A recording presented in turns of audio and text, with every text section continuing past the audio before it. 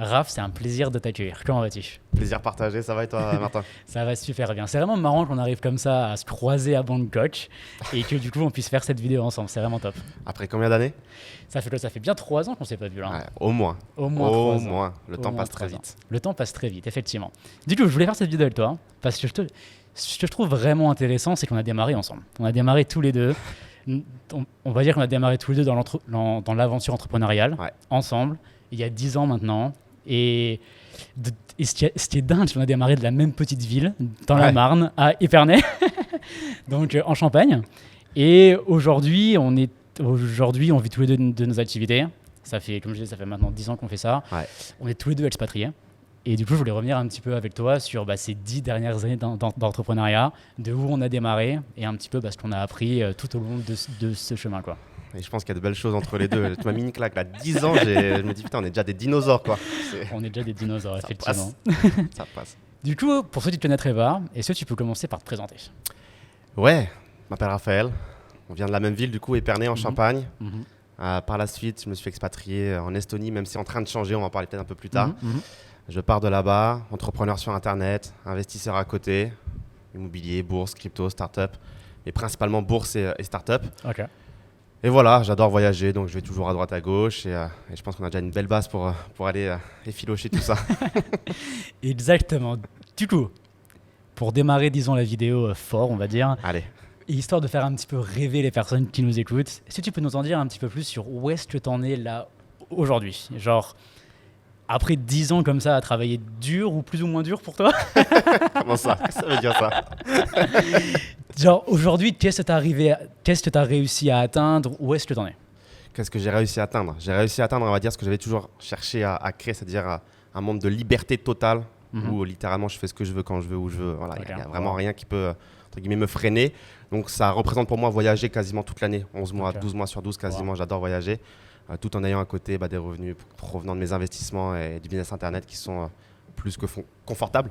Ok. Donc ça a été vraiment, pour moi, le mot-clé, c'est liberté. Ok. Voilà, c'est vraiment le truc que je pense qu'un peu pour toi aussi, Complètement. qui ressort. Donc aujourd'hui, je passe mon temps principalement à investir, même plus qu'à entreprendre. C'est ce que j'aime Ok. le plus. Donc start-up, j'aime beaucoup, c'est ce que je fais beaucoup en Ok. ce moment. Levée de fonds pour les start-up et dividendes. Ouais. Dividende. Ouais. Ok, on en reparlera juste après, Ouais. justement, de ce que tu fais aujourd'hui.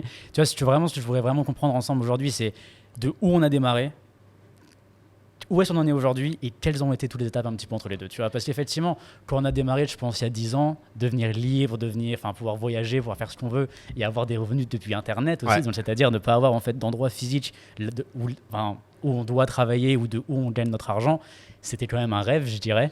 Clairement. Et là, donc, du coup, là, tu nous dis que tu as réussi à l'atteindre et t'en es là aujourd'hui. Ouais, clairement. Je sais pas si tu te Ok. rappelles, en 2013 en plus. C'est en 2013. Ouais, 2013, ça fait bizarre de dire le chiffre, mais il Tu n'y avait m'étonnes. rien. Il n'y avait rien quand rien. tu regardes. Il n'y avait rien. Ouais. Aujourd'hui, c'est presque facile de trouver de la ressource et des idées et de commencer vrai. à faire son petit truc. En 2013, tu ouvrais un livre de Napoléon Hill et c'est tout, quoi.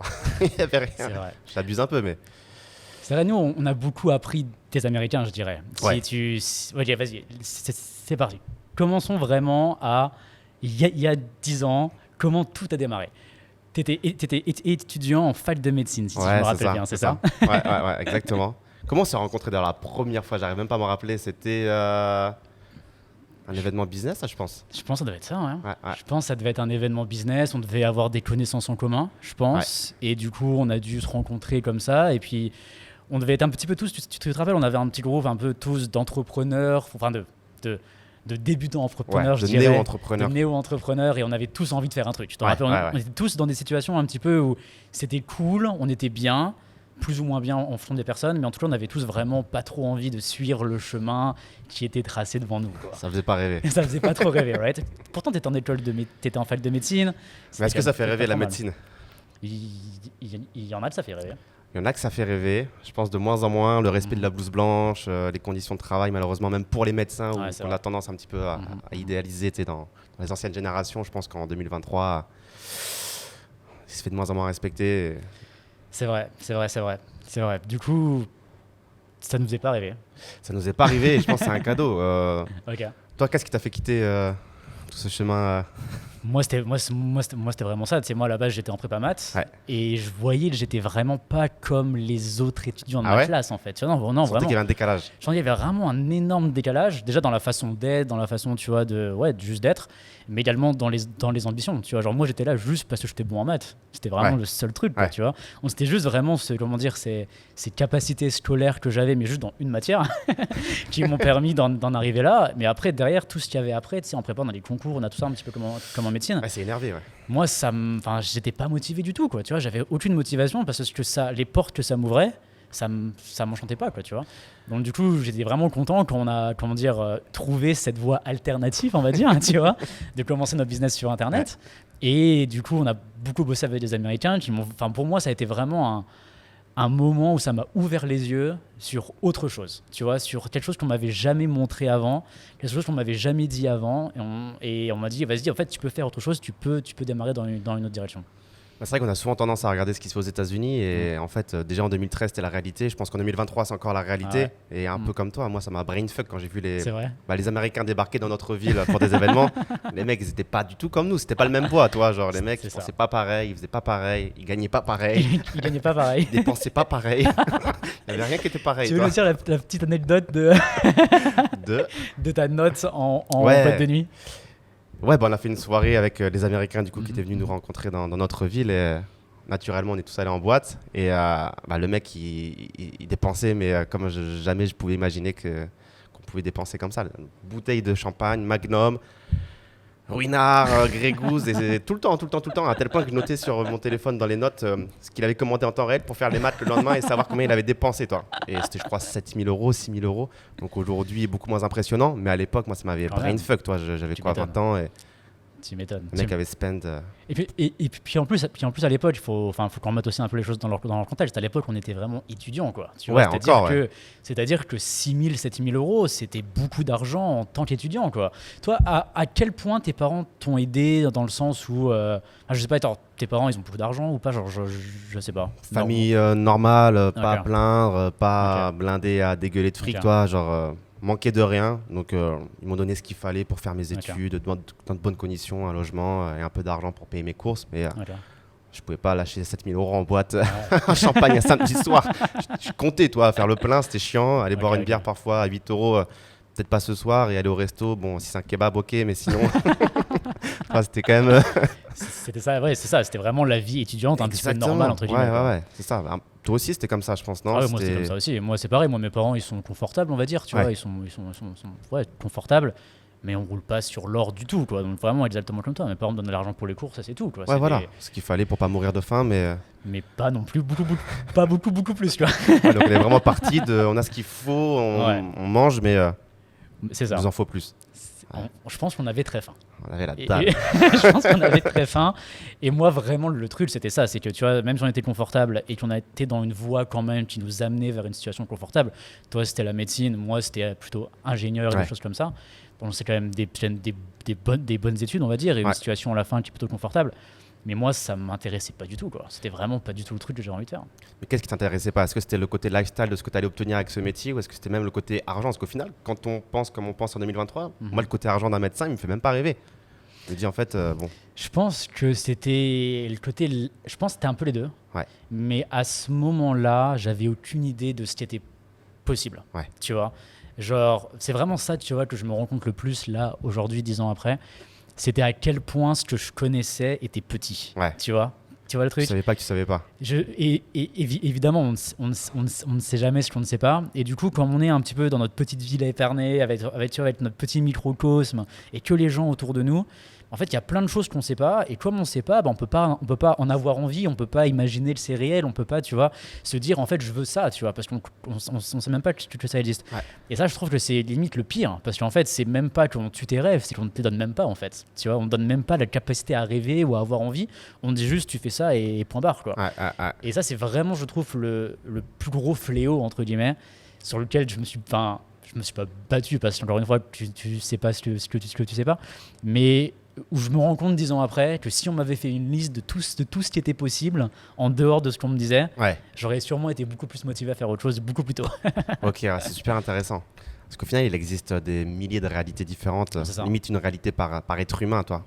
Et puis, C'est- et puis après, pour finir là-dessus, je pense que c'est aussi au niveau de l'argent, tu vois. Genre, enfin, moi, je me rappelle, les gens autour de moi me disaient si tu gagnes 2500 euros par mois, c'est très bien, tu vois. Si tu Ouais. gagnes 4000, 5000 euros par mois, waouh, c'est monstrueux. Ouais.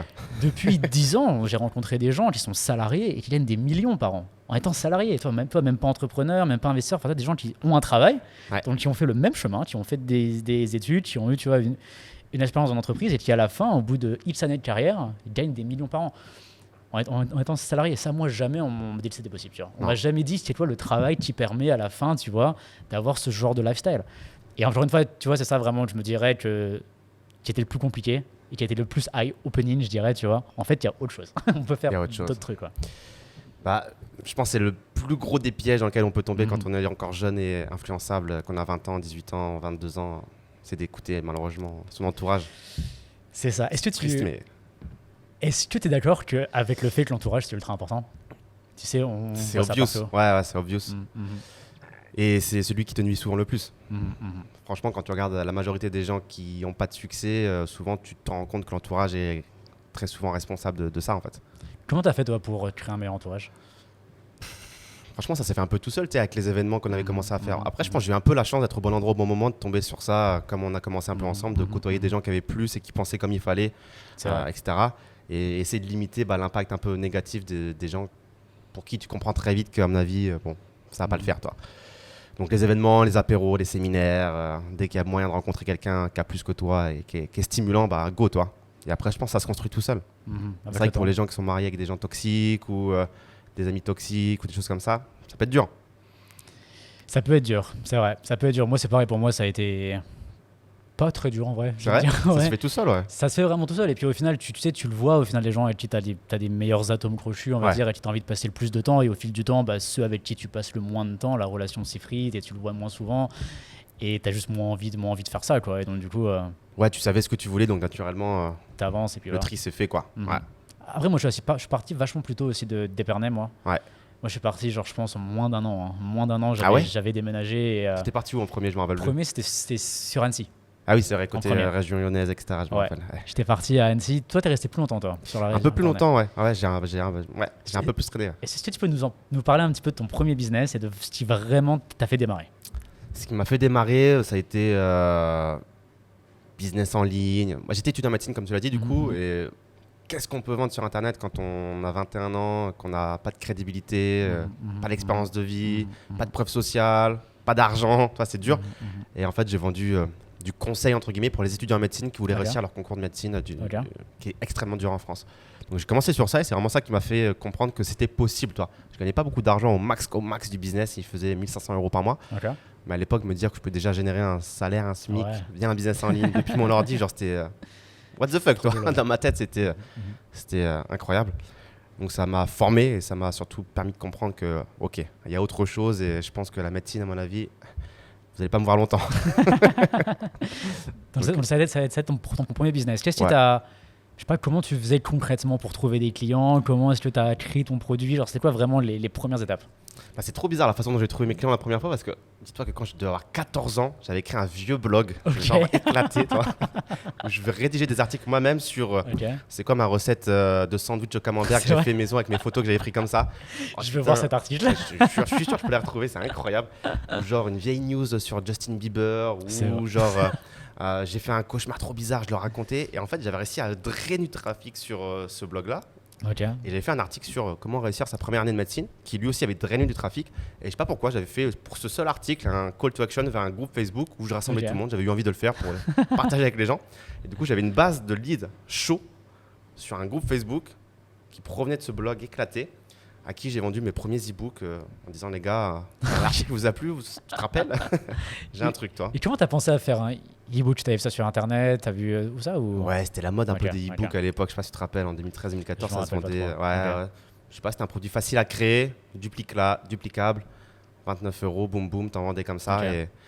Et ouais, ça a été mes premiers clients que j'ai trouvés comme ça et de façon totalement what the fuck, toi. C'est marrant. Donc, du coup, en fait, tu regardais beaucoup ce qui se faisait sur Internet et ensuite, tu as implémenté direct, en fait. Ouais, j'ai copié. Et tu as vraiment copié direct. Tu t'es Ouais. dit, vas-y, tout le monde vend des e-books, je peux le faire aussi. Vas-y, let's go, ça marche, je le fais, quoi. C'est parti. T'as tout résumé. E-book, allez, on fait pareil. Une petite formation vidéo, allez, on fait pareil. Ok. Un blog, on fait des articles, on fait pareil. On fait À la fin, pareil, je me prenais pas la tête, je regardais ce que faisaient les mecs qui gagnaient de l'argent. Mhm. Mais les gens qui écoutent ça aujourd'hui en 2023 doivent se dire, attends, mais quoi, des e-books, des articles de blog, c'est quoi ce bordel, toi? Ça n'existe plus. En vrai, si, ça marche encore. En Ça vrai. marche encore, Ça mais marche c'est encore, hein. moins sexy et c'est moins, on va dire, marketé, quoi. Mhm. Aujourd'hui, les gens, je sais pas, c'est du ads, Ouais. c'est un peu différent. On en reparlera un peu plus tard de ce qu'on fait aujourd'hui et de comment on voit l'écosystème, on va dire, Allez. entrepreneur online. Allez. Du coup, ok, donc, du coup, ouais, vraiment, sur première d'information pour toi, c'était Internet, c'était YouTube, c'était regarder un peu ce que font les autres, etc. Et tu t'es dit, vas-y, let's go, je vais tester moi-même, je vais implémenter moi-même et c'est parti, quoi. Ouais, au début, je connaissais rien, j'ai copié ce que faisaient les autres. Ok. On a essayé d'améliorer à sa sauce les choses. sauce, Je sais ouais. pas comment t'as fait toi, mais moi, je me suis dit au début, franchement, Moi, je pense que j'avais quelques. Comment dire? Je vais pas dire des compétences naturelles, Ouais. mais disons que je pense que j'étais très enthousiaste, mais j'arrivais vraiment Ça, à le c'est vrai. partager, quoi. Ça, c'est vrai. Right. Tu t'en rappelles? ça, je peux être que d'accord.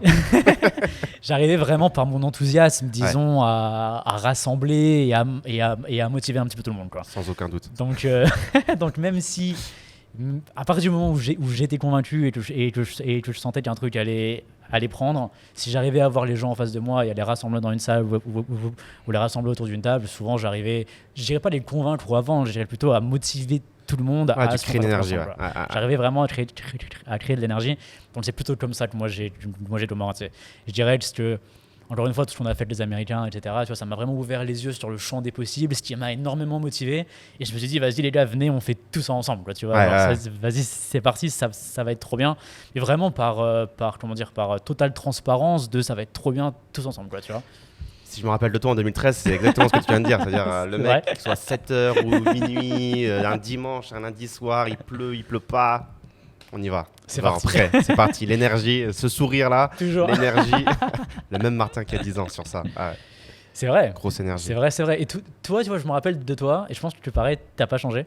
Toi, ça a toujours été beaucoup plus calculé, beaucoup plus réfléchi, beaucoup plus tranquille. Tu vois, en vrai, je pense que maintenant, 10 ans après, on a vu pas mal d'entrepreneurs passer. On a vu pas Ouais. mal de gens démarrer, arrêter, monter, descendre, Ouais. enfin, tu vois. Et pour moi, tu as toujours été l'un des plus intelligents et l'un des meilleurs, parce que justement, tu as toujours un peu tout géré toi-même. Tu n'as jamais eu d'associé, il me semble. Ah non. Tu as toujours tout géré, tous tes business. Et tout ce que tu fais, t'es pas très rapide. Ouais. Mais tu prends toujours vraiment ton temps de bien tout regarder, de bien tout réfléchir. Et souvent, quand tu dis un truc, vraiment, tu le penses, quoi. Ou vraiment, tu as réfléchi au truc, souvent. Est-ce que je me trompe? Ça résume pas mal. Doucement mais sûrement. Ouais, c'est ça. exactement ça. Tranquillement. Je suis clairement pas le mec qui a eu la progression la plus fulgurante du game. Ça, c'est sûr et certain. Donc ouais, tranquillement mais sûrement, ça c'est vrai que c'est plutôt mon... J'aime bien les patrimoines bien solides, bien construits. On voit beaucoup de gens arriver, comme tu as dit, qui font beaucoup d'argent très vite, Et mais après, qui disparaissent très vite. Ouais. Notamment à Dubaï où tu as des mecs qui arrivent, ils restent 6 mois, ils repartent. On ne sait plus du tout ce qu'ils sont devenus. C'est C'est vrai, il y a vrai plein qu'il y en a d'histoires plein comme comme ça. ça. C'est vrai qu'il y en a Surtout à plein. Dubaï. Et ouais, moi j'aime pas ça. Je préfère les choses bien faites, bien construites et on prend son temps. C'est cool. C'est cool. Du coup, ok. Donc, blog, e-book en premier. Ouais. Ensuite, t'as fait quoi? Parce que c'est pas ça qui t'a permis d'être complètement libre et de voyager dans le monde entier. Non, clairement pas, ça suffisait pas. En parallèle, j'avais découvert tout ce qui était investissement aussi, immobilier, bourse, Ok. à l'époque. Ok. Encore avec des gens qui sur Internet parlaient de tout ça et ça faisait sens, toi, en fait, de se dire bah, tu gagnes de l'argent, il faut le placer. Tu vas à la banque, tu fais un prêt, tu as un cash flow positif, ça fait sens, ça me paraissait pas si débile. Donc j'ai commencé à faire tout ça aussi de mon côté via des prêts étudiants en fait à l'époque parce que j'avais pas accès au crédit naturellement en étant étudiant, donc j'ai pris des prêts étudiants que j'ai détournés pour mettre dans l'immobilier et en fait de fil en aiguille ces petites expériences à droite à gauche, aussi petites soient-elles, toi d'investir dans un studio ou de créer un blog en faisant des e-books, je les partageais sur un autre site où je disais bah regardez les gars, en fait il n'y a pas que les études, il n'y a pas que le salariat, moi je commence à faire ci, je commence à faire ça, ça marche, là j'ai touché un peu de dividendes, un peu de loyer, un peu de revenus de business internet. Et je partageais. Et en fait, à l'époque, il n'y avait personne en 2014. C'était été 2014. Je ne sais pas si tu te rappelles de l'état du marché à ce moment-là, mais Ouais, c'était beaucoup moins actif que maintenant, quoi. il n'y avait personne. En fait, Ouais. tu mettais une vidéo YouTube éclatée, tu avais tout de suite des milliers de vues, tu avais Ok. des leads mais gratuits, tu vendais tout seul. Enfin, en 2023, on se faisait la réflexion avec des amis il n'y a pas longtemps. Si on devait commencer de zéro en 2023, Tu ferais quoi? franchement, c'est une belle question, hein. C'est vrai. Bah, C'est je vais vrai. te la retourner, mais c'est très dur en fait. Tout coûte plus cher, Mhm. la pub, même les outils, les services, la concurrence, elle est sérieuse et Mhm. qualitative maintenant. Mhm. Mhm. Tout le monde veut devenir entrepreneur, investisseur, être libre. Tu sais, c'est vraiment quelque chose qui fait rêver les gens de pouvoir voyager tout le temps, de pouvoir se barrer de la France aussi. C'est presque devenu un besoin vital, toi, à un certain niveau maintenant. Donc, ouais, C'est c'est marrant, devenu ça. sérieux, toi. Mhm. Et je sais pas ce que je ferai honnêtement. C'est vrai. Ouais. Parce que du coup, tu as commencé encore une fois e-book, blog, ensuite immobilier. Ça Ouais. marchait bien, ça, pour toi, je me rappelle. L'immobilier. Ouais, t'as quand même bien réussi avec ça, non? Ouais, parce que pareil, en 2014, j'ai commencé le Airbnb, il n'y avait pas autant Ouais. de concurrence et de réglementation C'est vrai, qu'aujourd'hui. c'est Donc, vrai, c'est vrai, c'est tu vrai. louais mais des taux de remplissage de malade. Mhm. C'était l'âge d'or aussi du Airbnb, toi. Ouais, ça marchait bien. Donc, ouais, putain de timing c'était là-dessus, cool. ouais. C'était cool. Donc, Et ouais. aujourd'hui, c'est quoi l'état de ton business Airbnb immobilier? Là, c'est. T'as tout arrêté? Et Airbnb, ça fait une paire d'années qu'on a arrêté parce qu'on est tant Ok. expatrié. Même en déléguant, c'est compliqué. Tu vois, D'accord, ok. tu as toujours des merdes, entre guillemets, qu'il faut gérer rapidement parce que le client qui reste de nuit, il veut pas s'entendre dire on viendra gérer ton problème en 3 jours du shot bouché, toi. C'est tout de suite. Donc, une fois, tu envoies à la famille, Ouais. une fois, tu envoies un bon pote. 3 fois, bon, C'est un quand peu toi, tu es chiant. en Thaïlande sur la plage, dire à ton pote à minuit écoute, le client, il est dans la rue, il faut aller le chercher. Ton pote, au bout d'un moment, toi, la relation, pas terrible. Normal. Donc, on a tout arrêté. Et même là, l'immobilier, j'ai envie d'arbitrer et de revendre parce que. Ok. Je crois plus en l'immobilier et je crois plus en la France non plus. Donc, C'est marrant, ça. Ouais, ouais, c'est marrant. Hein. C'est marrant. C'est marrant, c'est marrant. Et ça me fait penser, tu sais, à tous ceux qui parlent de revenus passifs, tu sais, comment dire, de business passif, je dirais plutôt, tu vois. Ouais. Et qui mettent plein de choses dans cette catégorie des business Ouais. passifs en les vendant comme des business passifs qui vont t'apporter des revenus passifs. Mais à la fin, Airbnb et compagnie, quand on est vraiment en train de le faire, on se rend compte que c'est pas si passif que ça. Hein. Ça marche, c'est rentable, mais c'est pas passif, hein, c'est clair. C'est loin d'être C'est passif. loin d'être passif. Toi, t'as jamais fait d'immobilier si je me trompe pas. Non, hein. non, non. Qu'est-ce qui fait que t'en as jamais fait? Pas le temps, pas l'envie, ou tu penses justement que l'actif s'est éclaté au sol? Je dirais pas l'intérêt. Pas l'intérêt. Pas l'intérêt. Moi, Financier?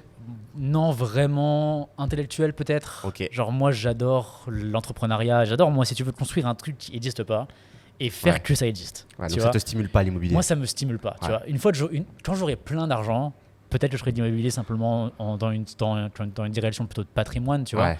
Mais même ça en vrai, enfin tu vois, rien que de le dire, je suis Ça te déjà fait chier. pas motivé quoi, tu vois. Vraiment ça m'embête. Ah, c'est vraiment pour placer quoi, mais sinon. Mais vraiment, si quelqu'un gère pour moi et Ouais. j'ai vraiment pas envie parce que j'ai l'impression que ça m'intéresse pas, il y a rien à construire, il y a rien à développer, il y a pas de nouvelles idées, il y a pas de trucs comme ça. Après peut-être qu'il y a et que je suis pas au courant et qu'un jour tu vois je tomberai sur un truc qui me motivera, mais c'est vraiment ça tu vois qui m'a pas du tout motivé depuis le jour 1. Après moi j'étais pas si j'aurais peut-être pu faire des prêts étudiants peut-être que j'aurais pu faire comme toi. Puis j'étais en prépa, tout peut-être qu'il y avait moyen de le Ouais, faire. t'aurais pu, ouais. Peut-être. Mais je te rejoins sur le côté pas stimulant. Je veux dire, tu Ouais. n'as rien à recréer ou à disrupter dans l'immobilier. Ouais. Bon, tu peux le fractionner maintenant avec la blockchain, peut-être, aller faire des trucs comme ça, mais bon. En soi, c'est l'immobilier, voilà, c'est. On verra. On verra. Du coup, plus rien en Airbnb, plus rien en location courte durée, tout ça t'a arrêté. La courte durée, plus rien, c'est que de la longue durée. D'accord, Et là, dès que je rentre en France, les annonces sont déjà publiées, je me Ok, tu débarrasse. vas tout vendre.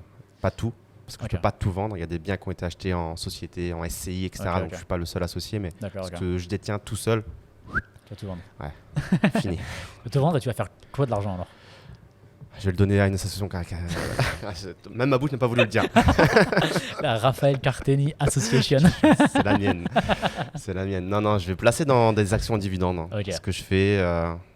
Du coup, tu veux quoi maintenant? Alors attends, est-ce que tu as fait un truc entre l'immobilier et Airbnb et ce que tu fais maintenant? Et est-ce qu'il y a un truc au milieu où tu as directement fait de l'investissement et continué dans cette direction? Sur le côté entrepreneurial, tu veux dire, ou Ouais. investissement? Non, comme tu le disais, j'ai vraiment été force tranquille. Donc j'ai développé Ok. ce que j'ai construit. J'ai pas cédé aux tentations diverses et variées Mm. qu'on peut avoir à droite, à gauche. C'est le syndrome Ok. de l'objet brillant. Tu as toujours un truc à faire. C'est vrai, pourquoi t'as pas fait de dropshipping? Pourquoi t'as pas fait de trading et compagnie? C'est pas ce qui manque, hein, les idées, Ouais, les c'est opportunités. ça. Mais j'arrive toujours à m'auto-calmer et à me dire écoute, c'est une erreur que tu vas faire. Tu as un business qui fonctionne, qui marche. Ton seul job aujourd'hui, c'est de ramener du trafic pour convertir. Tu as des offres qui convertissent. Tu as ce qu'il faut, tu as l'écosystème, tu as une preuve sociale, tu as ce qu'il faut en fait. Donc ne va pas céder à cette tentation qui est probablement inutile pour toi. Pourquoi c'est inutile? Genre, qu'est-ce qui fait que, par exemple, si demain, pourquoi demain tu lancerais pas un nouveau business, par exemple, de dropshipping ou de e-commerce ou de trading? Qu'est-ce qui te motive pas là-dedans? Parce que de business, c'est de l'énergie que tu déploies quelque part que tu vas prendre pour autre chose. Et donc, naturellement, tu vas être sur deux choses. Tu vas te splitter ton énergie. Et je ne suis pas certain que ce soit un bon choix pour avoir des bons résultats. Ok. Je suis partisan d'être à 100% sur quelque chose, toi. Si vraiment tout était délégué d'un côté pour recommencer à 100% de l'autre, pourquoi pas. Mais ce n'est pas le cas et je n'ai pas forcément envie. Donc, je sais pas, j'ai du mal à mener de front plusieurs projets. Je ne sais pas ce que tu en penses, toi, mais je pense que c'est compliqué, toi. C'est compliqué, mais ça se fait. Ça se fait? Moi, j'ai du mal en tout cas. Ok, J'ai du mal là-dessus. Ouais. T'as du mal. Ok, donc toi, c'est vraiment, tu veux. Encore une fois, tu as un business qui fonctionne depuis des années maintenant. Ça fait longtemps que ça te paye, tout ce business que tu as mis en place. Donc vraiment, tu veux rester focus là-dessus et faire en sorte de le faire ça très bien, rester dans cette direction-là, plutôt que de te diversifier. Ouais, éviter d'avoir plusieurs casquettes. Ok. Puis voilà, d'avoir le circuit, il y a le business qui crache, je l'investis. Je suis un peu lazy aussi, je pense, sans te mentir. Tout recréer de zéro, je pense que ça me... C'est vrai. Après 10 ans, j'ai l'impression que je dis je suis un ancien et que j'ai 70 ans, mais je te jure, des fois, j'innove plus beaucoup, toi. Et ça, je sais que c'est peut-être un piège pour moi en ce moment. Ok, c'est intéressant. Mais bon, je pense que quand même le truc vraiment à apprendre, je pense, de notre conversation à tous les deux, c'est qu'on a démarré du même point, au même moment, mais on fait des choses totalement différentes. Et ça nous a quand même mené exactement au même point. Du coup, je pense que vraiment le truc, pour moi, tu vois, là, ça me fait penser à ça. Je me dis, le plus important au final, c'est de trouver un truc qui nous plaît en fait. Un truc qui fait qu'on se sent bien, plutôt que d'essayer de chercher le dernier truc à la mode ou le dernier truc qui marche le mieux et compagnie. C'est pas la peine de sauter sur le dropshipping, ou sauter sur le trading ou sauter sur les e-books, etc. Non. Trouve un truc qui te plaît. Ouais. Je trouve un truc qui me plaît et essayons de faire en sorte d'être le meilleur dans ce qu'on veut faire. C'est un petit peu ça, je trouve, ce qu'on pourrait résumer de... 100% d'accord. 100% d'accord. Aujourd'hui, les gens sont perdus à trouver la recette miracle, mais elle n'existe pas en fait. Il n'y a pas de recette miracle. Il y a ta recette à toi. Genre, mets ce que tu veux de sel, mets ce que tu veux de chocolat, mais fais ta recette. Juste trouve un truc qui te fait kiffer pour que tu puisses durer sur la longueur. Parce que les gens sont souvent tirés par le côté financier, mais en fait, ça va pas être l'essence suffisante pour alimenter le moteur. C'est vrai. Ouais. Tant que tu n'es pas dans un business où il n'y a pas de potentiel, je sais pas, l'élevage d'escargots, à mon avis, si tu kiffes ça, je suis désolé, mais ça va pas le faire. Mais... On est des gros. Il y a beaucoup de gens qui mangent des escargots en France. Ça se à trouve. tout moment, c'est la niche. En plus, là, ça va être Noël. Là, les ventes vont exploser. À tout moment, j'ai lâché un banger, le prochain business à 3 millions.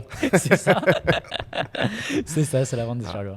Et ouais, je pense que c'est un petit peu ça. Moi, l'un des trucs que j'ai appris aussi sur cette dernières années, c'est qu'au final, tout fonctionne en fait. Tout fonctionne. Bon, à part certains trucs un peu bizarres, etc. Mais tant que tu restes dans les business normaux, on va dire, tout fonctionne. Et en fait, la vraie question, c'est est-ce que ça va fonctionner pour toi? Ou plutôt, la meilleure question, c'est est-ce que tu vas réussir à le faire fonctionner? Est-ce que les capacités sous-jacentes du business qu'il faut développer, qu'il faut apprendre, si tu vas réussir à les développer, si tu vas réussir à les apprendre? Par exemple, faire du e-commerce ou faire du trading, les deux compétences clés de ces deux business-là sont totalement différentes. Ça n'a rien à voir, tu vois. Parce que le trading, ça correspond plus à notre groupe de personnes A, le e-commerce plutôt à un groupe de personnes B, mais les deux, ça va marcher. Et c'est ça qui est important, je pense. La psychologie n'est pas du tout la même. Complètement différente. Les compétences, ce que tu vas faire au quotidien va être complètement différent. Tu as plutôt intérêt à aimer ce que tu vas faire au quotidien pour développer les bonnes compétences et pour le faire marcher pour toi, au final. Aimer ce que vous faites. En vrai, c'est le plus important, je trouve, parce que... Comment tu peux te lever le matin et aller faire un truc que tu n'aimes pas juste pour l'argent? Ça va pas durer, ça peut pas. Même si tu gagnes beaucoup d'argent, à la fin, tu vas péter les plombs. C'est sûr. Donc, faut kiffer. Il faut kiffer. Du coup, tu kiffes ce que tu fais? Ouais, c'est pour ça qu'on est encore là 10 ans après, je pense. Au bout de 10 ans, si tu n'aimes pas ce que tu fais, a priori, tu pètes les plombs. Qu'est-ce que tu aimes le plus dans ce que tu fais? Moi, c'est le côté investisseur, pardon. Okay. Donc, trouver des nouvelles entreprises, les analyser, les regarder, ce qu'elles font, ce qu'elles proposent, c'est quoi leurs chiffres, leur potentiel, les fondateurs. J'ai plus une casquette investisseur qu'entrepreneur. Je pense que toi, c'est peut-être un peu l'inverse. Tu aimes plutôt créer, t'es stimulé par la création et la stimulation que ça peut procurer. Moi, c'est plus le côté investir et voir comment on peut gagner de l'argent, sous quel horizon de temps.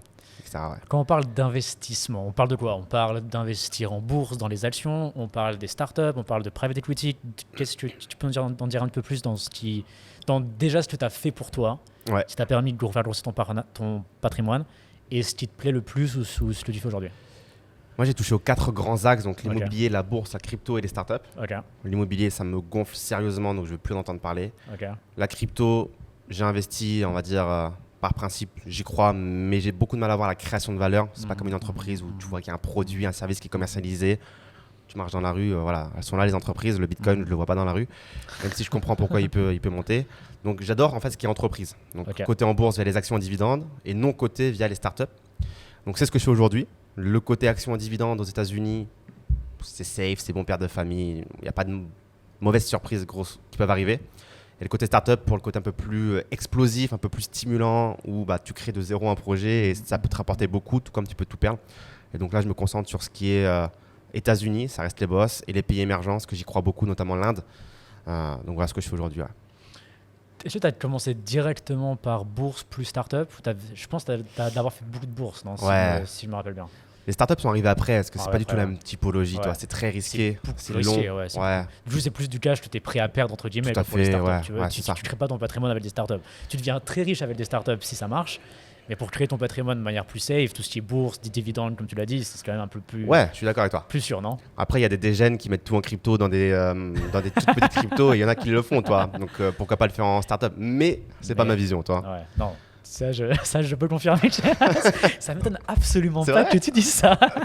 Ah, bon père de famille là-dessus aussi, toi. Genre. Mais après, je dirais aussi que c'est un sentiment un peu plus profond, on va dire, dans le sens où on est parti vraiment de rien, on veut pas retourner à rien, on n'a pas de diplôme. Toi, demain, on peut pas. Enfin, je pense qu'on pourrait trouver un travail si vraiment on le voulait, mais c'est pas l'objectif. Non. Du coup, quand même, il faut qu'on se sécurise nous-mêmes, quoi. Tu vois, il faut d'abord que l'argent qu'on gagne vis-à-vis de nos différents business, quand on fait de l'investissement, il faut d'abord mettre dans des trucs safe qui vont nous donner de l'argent, enfin tu peux pas non plus complètement scratcher à zéro, quelque chose qui va nous générer des revenus passifs via les dividendes, des choses comme ça, avant de commencer à réfléchir à des choses à plus haut rendement, plus risquées, des choses comme ça, j'imagine. Bah ouais. Enfin, pour moi, ça me paraît être le sens logique de quelqu'un qui respecte son argent, toi. Genre, son propre argent. Après, le mec à 18 ans... qui veut devenir riche rapidement, qui met 5 000 € dans une crypto, il fait éclaté au sol. Ouais. Il peut tenter, je veux dire, il se relèvera, toi. Ouais, il se relèvera, ouais. Mais moi, je préfère encore une fois les fortunes bien construites, doucement mais sûrement, avec un socle vraiment... Tu peux pas le casser, toi. Genre... Et puis là, on parle pas de 5 000 €, là, on parle de tout ton patrimoine, entre guillemets. Aussi. Donc, ouais, tu vas pas mettre tout ton argent sur une petite crypto qui vient d'arriver, quoi. Si on peut éviter. mais je pense que c'est super important en fait de voir les choses comme ça en fait, parce qu'effectivement il y a plein de gens toi qui disent ok viens on va faire ça, on va faire ça, mais il faut quand même se rendre compte qu'on parle de son patrimoine personnel global, tu vois. Donc, du coup c'est pas des petites décisions à prendre à la va-vite, tu vois. Il faut quand même bien faire les choses, en tout cas bien se sécuriser soi-même avant de commencer à réfléchir à faire des trucs un petit peu plus alternatifs et exotiques, je dirais. Puis comme tu as dit, repartir de zéro, non merci, toi. Ouais. Enfin, qu'est-ce que tu ferais toi si tu repartais de zéro et demain tu perds tout, je sais pas, ça se passe vraiment mal, tu sais, en soi, moi c'est un peu ce qui m'est arrivé 2 fois, tu te rappelles? C'est vrai que tu as eu un peu des montagnes russes toi, au final, moi, dans ton parcours. Moi j'ai vraiment eu des montagnes russes. Moi j'ai eu mon premier business que j'ai lancé qui a très bien marché et ensuite qui est tombé à zéro direct. Deuxième, pareil, ça fait la même chose avec mon associé qui est parti avec l'argent et etc. Si vous voulez, d'ailleurs on fera une vidéo uniquement sur ça et je vous parlerai de toute l'histoire. On n'a jamais parlé? Si j'avais fait une fois un article de blog pour expliquer un petit peu, mais l'article de blog il est plus en ligne, donc tu vois, il y a plus vraiment de ressources. Mais maintenant avec le recul, ça fait 4 ans de cette histoire, elle est arrivée 4 ans, 5 ans. Toi, maintenant je pourrais te donner plus d'informations, plus de valeur par rapport à ce que j'ai appris. C'est une belle histoire à raconter en plus, avec des belles leçons à retenir, je pense. C'est ça. Donc du coup, disons que moi j'ai un peu plus l'habitude entre guillemets de démarrer, de tomber et de recommencer. Et je dirais que j'ai vraiment pas envie d'y retourner. Jamais 203, comme on dit. C'est vraiment chiant. Ça, c'est vrai. Je vais trouver un petit projet que j'ai lancé comme ça, et comme ça, ce sera le 3, tu vois. Qui a déjà craché. Ce sera le 3. Mais non, j'ai vraiment pas envie, tu vois, que ça refasse ça. Et donc, du coup, maintenant, j'ai beaucoup plus cette approche, tu vois, beaucoup plus. Je dirais pas force tranquille, pas autant tranquille que toi, mais au moins beaucoup plus safe qu'avant. Et essayer de me sécuriser un maximum moi-même également. Tu vois, par exemple, avant, je réinvestissais tous les profits de la boîte dans la boîte, tu vois, pour vraiment grossir. Donc, c'est top pour grossir. Mais c'est pas top quand la boîte, elle ferme et qu'il n'y a plus rien. Et que plus rien à côté, parce que du coup, tu te dis, mince, au final, je me retrouve personnellement. Tu vois, là, je parle vraiment de manière très, très égoïste de l'entrepreneur personnel. Si ta boîte, elle crache et que tu n'as pas profité du cash flow, tu n'as pas profité de cette situation-là, t'as vraiment rien, quoi, tu vois. Et c'est peut-être ça le truc le plus triste, je vais dire, dans l'environnement un petit peu VC et compagnie. Il y a pas mal d'entrepreneurs à 20 ans, 25 ans qui lèvent des fonds, c'est super bien, tu vois, etc. Ils montent vachement haut, leur boîte crash et à la fin, ils ont 28 ans et ils ont rien parce qu'ils n'ont pas réussi, tu vois, à profiter un peu de la situation d'un point de vue personnel. Et ça, du coup, c'était mon cas. Donc je dirais, maintenant je fais un peu les choses différemment. Je pense aussi à moi, pas que au business, tu vois. C'est bien, c'est bien. Pas que au business. Et ouais, c'est vraiment un truc que j'ai appris sur les dernières années, quoi. C'est ça que j'ai la vision d'un Martin aussi qui a investi à balle Tout le temps. dans son business. Tu t'en rappelles? Ah bah tout le temps, tout le temps. Tout le temps, Et généreusement, toi, t'hésitais pas. Ouais, ça me faisait super plaisir. Ça me faisait super plaisir. Ah ouais. Et puis c'était aussi, comme on parlait tout à l'heure, l'enthousiasme, tu vois, que j'avais de prendre, tu mettre tout le monde avec moi et de faire un truc cool tous ensemble, quoi, tu vois. T'avais toujours une idée où réinvestir l'argent là-dessus. On donnera pas tous les détails. mais effectivement, toi, c'était le truc. Donc, j'ai un peu changé par rapport à ça. Maintenant, je suis un peu plus force tranquille, on va dire. Pas autant de temps, encore une fois. Mais avec l'âge, tu commences à prendre je pense un peu plus à moi. Disons, je pense un peu plus à moi. Et du coup, ça te fait voir le business un petit peu de manière un peu différente aussi, tu vois. Ou en mode, OK, il faut que ça... En fait, il y a moyen vraiment, quand tu crées un business, quand tu crées une startup, quand tu crées vraiment un nouveau produit en partant de zéro, il y a moyen de faire quelque chose de vraiment bien pour l'écosystème, pour tes clients et tout, et également bien pour toi. Il y a vraiment moyen de faire les deux.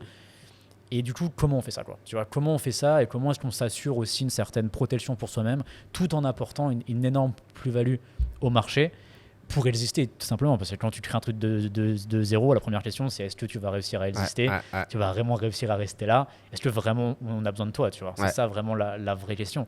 Donc du coup, c'est ça qu'il faut réussir à faire, tout en se disant, OK, bon, maintenant que je suis là, comment je fais pour moi et également continuer à être, comment dire, à pouvoir tirer profit de cette activité, du coup, pour que je puisse continuer l'activité. Tu vois ce que je veux dire? C'est que c'est ultra important, je pense, que les entrepreneurs soient vraiment contents de ce qu'ils font, en tirent suffisamment de profit pour qu'ils soient toujours motivés, toujours investis, qu'ils aient toujours envie de prendre soin de l'activité pour la faire grossir et compagnie. Te sécuriser tout simplement, ouais. Parce que c'est toi qui mènes la boîte. Si tu te sens tous les jours pas safe vis-à-vis de toi-même, tu mènes moins bien la barque aussi, finalement. Donc, c'est exactement ça. Même, j'avais lu dans plusieurs bouquins où ils disaient qu'on doit payer, entre guillemets, le CEO en premier, quoi. Même si la boîte, t'arrives pas à payer tes dettes, machin, etc., paye le CEO en premier parce que t'as toujours besoin de lui. Tu vois. C'est vrai. Sans lui. Parce que si tu le payes pas, du coup, à la fin, toi, ça se trouve, il va plus être motivé, il sera plus trop investi, etc. Et du coup, ça va être encore pire 3 mois ou 6 mois après, quoi. Donc, je sais pas à quel point c'est bien. Je pense qu'il y a toujours un petit peu de nuance, tu vois, et ça dépend des situations. Mais je pense quand même que si tu prends bien soin des gens qui prennent soin de la boîte, c'est quand même une bonne stratégie. Ça paraît obvious pour moi. C'est clair. C'est comme en startup, toi, si les mecs, les fondateurs sont dilués tout le temps et qu'à la fin, je sais pas, il reste 1% de la boîte, est-ce que le mec qui va continuer à prendre des risques, à bosser sans se verser de salaire C'est ça. C'est ça, ouais.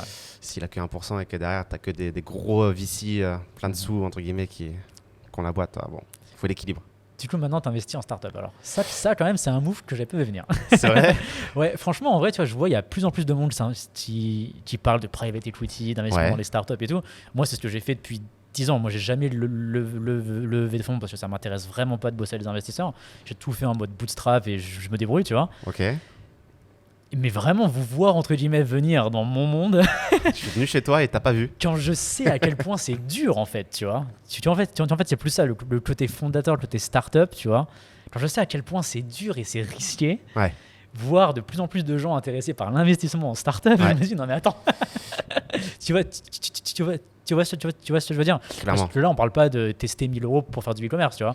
Là, on parle de beaucoup plus d'argent sur des projets qui sont des fois complètement tarés, parce que les startups, c'est aussi le but du jeu, et où la chance de réussir, elle est vraiment faible. Là, on est sur des types d'investissements vraiment ultra risqués. Donc, ça m'intéresse de savoir, en fait, qu'est-ce qui t'a attiré là-dedans, pourquoi tu fais ça. Qu'est-ce qui m'a attiré? Une diversification, je pense. Premièrement, quand tu as fait un peu d'immobilier, de bourse, de crypto, tu as envie d'avoir la 4e corde à ton arc. Donc, je pense à diversification, le côté rentabilité aussi. Parce que même si c'est très risqué, globalement, tu peux gagner aussi beaucoup d'argent. Le jour où ça marche, il en suffit d'une. Il en suffit d'une. Voilà, c'est asymétrique as fuck. Donc, ça veut dire que tu peux avoir investi dans 100 boîtes. Il y en a 99 qui ont donné plus ou moins de résultats, mais tu en as une qui potentiellement va te générer un truc des biens. Donc, ce côté-là, je trouve ça stimulant. Je trouve que tu finances vraiment des gens qui ont des idées, un intellectuel, des capacités, qui se bougent. Tu vois, je dis souvent, donner à des associations, moi, ça me fait chier. J'ai pas envie. Je sais pas où va l'argent, tu sais pas si c'est bien déployé, etc. Je préfère donner un ticket de 1000, 5000 un mec comme ça qui va, lui, pour le coup, vraiment se donner corps et âme, suer à créer une solution, un Son service business, qui a potentiellement amélioré le quotidien de millions de personnes à la fin et créer une vraie valeur à la société, plutôt qu'une association. Voilà, les causes sont peut-être bonnes, mais où je ne sais pas vraiment si l'argent va être bien utilisé. Je préfère financer ce genre de projet. Donc ouais, c'est un petit peu un mélange de tout ça, toi. Ok. Donc ouais. Mais je suis intéressé de savoir pourquoi toi, tu n'as pas voulu lever des fonds auprès des investisseurs, du coup. C'était pas le besoin ou... Déjà, pas le besoin. Ok, donc ça c'est bien. J'ai toujours. Enfin, moi, vraiment, ce que j'adore faire, c'est vraiment la mentalité lean startup, tu vois. Ouais. J'ai l'impression que le livre, il a été écrit pour moi, tu vois. C'est vrai. Genre, quand je le lis, j'ai l'impression de voir exactement tout ce que je fais au quotidien. Ok, Même avant de l'avoir lu, j'avais l'impression que c'était vraiment un descriptif de ce que je faisais. ah, ça résonnait. Mais où j'avais pas les mots, tu vois. Ouais. Tu vois, j'avais pas mis les mots sur j'avais pas les concepts, etc. Mais c'est exactement ce que je faisais et comment je voyais les choses. Donc, c'est-à-dire, pour ceux qui connaissent pas l'idée de lean startup, c'est vraiment l'idée de créer ce qu'on appelle d'abord un MVP, genre vraiment une version ultra minime de son produit, mais qui est suffisante pour commencer à le vendre. Et du coup, ensuite, une fois qu'on le vend, on essaie au maximum que le temps pour créer le MVP il soit très très faible. Donc, idéalement, quelques jours au grand max. C'est vraiment cet ordre de temps qu'on parle. Et pour du coup, commencer à le vendre. Et pour du coup, commencer à gagner de l'argent, à commencer à générer des profits très très très très très très très tôt. Et s'assurer en fait que du coup, toute la partie créer le produit, délivrer la prestation, le produit ou le service, et que tout le flow en fait il soit profitable et que tu puisses du coup grandir avec les profits que tu fais, et que assez rapidement en fait tu arrives à générer suffisamment de profits pour te payer toi, pour embaucher des gens, pour investir en marketing, etc. Donc certes c'est ultra complexe. Je dirais que la partie juste créer le MVP, commencer à le vendre, ça c'est la partie la plus simple.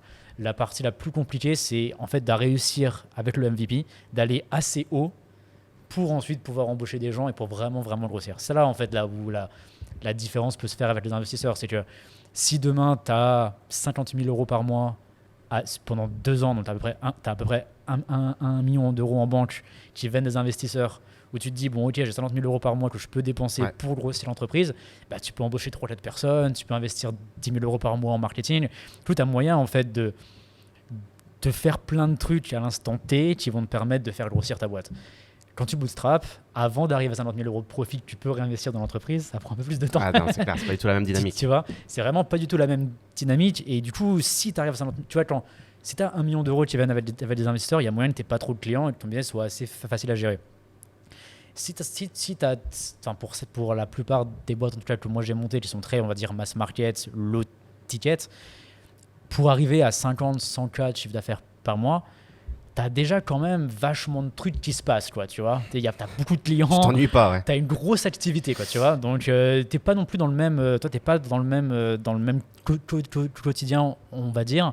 Que t'es pas autant tranquille pour te focaliser sur vraiment les trucs importants pour ta boîte et compagnie, quoi. Donc, je dirais qu'il y a des pros and cons. Il y a des avantages et des inconvénients. Le gros avantage, c'était vraiment libre. T'as pas à rendre des comptes à des investisseurs. T'as pas besoin de grossir à tout prix. C'est aussi l'un des gros désavantages de bosser avec des investisseurs, c'est que souvent ils veulent de la croissance, ils veulent des rendements, ils veulent que la boîte elle avance et compagnie. Je sais pas si toi t'es comme ça, mais souvent c'est ce qui se passe. Et du coup là tu peux créer une boîte à ton rythme, tu peux faire un petit peu ce que tu veux, t'es plus libre, t'as pas besoin de rendre des comptes, etc. Donc moi c'est plus ça qui m'intéresse.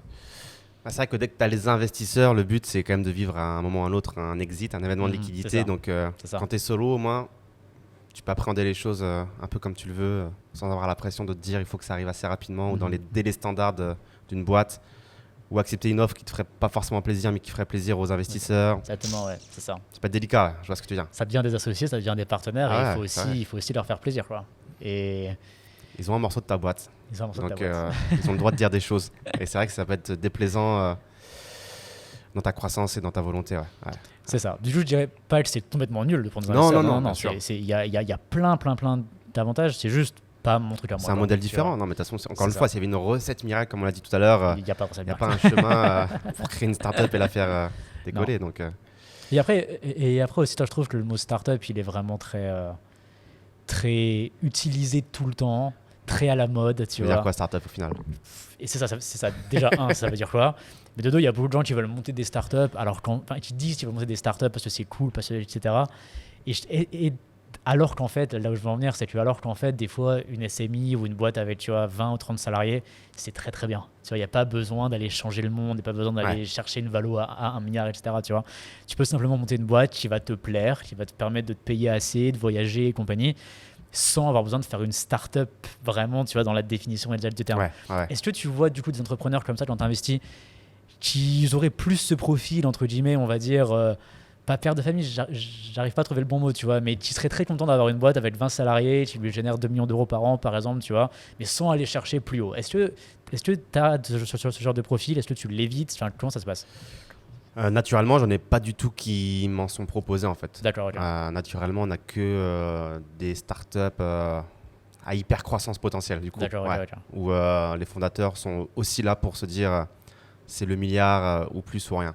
Ok. C'est l'exit c'est colossal tout ou rien. C'est un peu l'idée des deals que je reçois en tout cas et des partenaires avec lesquels j'investis, c'est vraiment d'aller chercher ce genre de typologie de deal. Après, oui, des deals à moins fort potentiel, j'en reçois parfois via LinkedIn ou des choses comme ça, mais là, je vois que c'est directement une autre typologie de deal.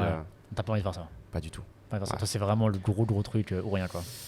Ouais, quitte à risquer mon blé dans de l'actif à risque, autant aller là où on peut aller faire des gros multiples. Après, ce que j'appelle gros multiples, c'est x100 minimum. C'est ça. En sachant que je me positionne en pré-seed ou seed généralement, donc sur des valos à 20-30 millions en moyenne. Allez, 10 à 30, donc le x100, il est atteignable, c'est du 3 milliards de valo à la fin, donc a priori sur des boîtes américaines, tech, pays émergents, c'est pas déconnant si on va au bout. Et j'aime bien me focus sur ce qui est Y Combinator, donc ce qui est considéré le meilleur incubateur aujourd'hui au monde. Oui ou non, après chacun décide, mais et qui ont des stats pour le coup un petit peu plus sympas que ce qu'on peut entendre à droite à gauche sur les taux d'échec ou etc. Où tu as, je crois, à peu près 30-35% des startups du Y Combinator qui vont vivre un événement de liquidité à la fin. Donc toi, c'est une boîte sur 3, c'est énorme quand même. C'est vraiment beaucoup.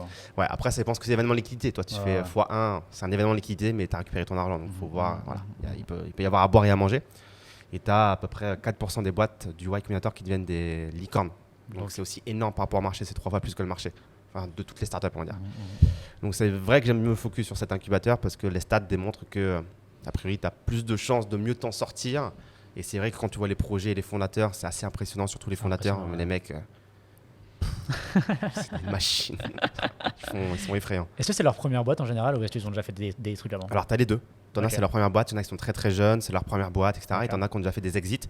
Moi, j'adore les fondateurs qui ont déjà vécu des exits parce qu'ils ont déjà créé une boîte, ils l'ont déjà revendue, ils ont déjà un parcours complet.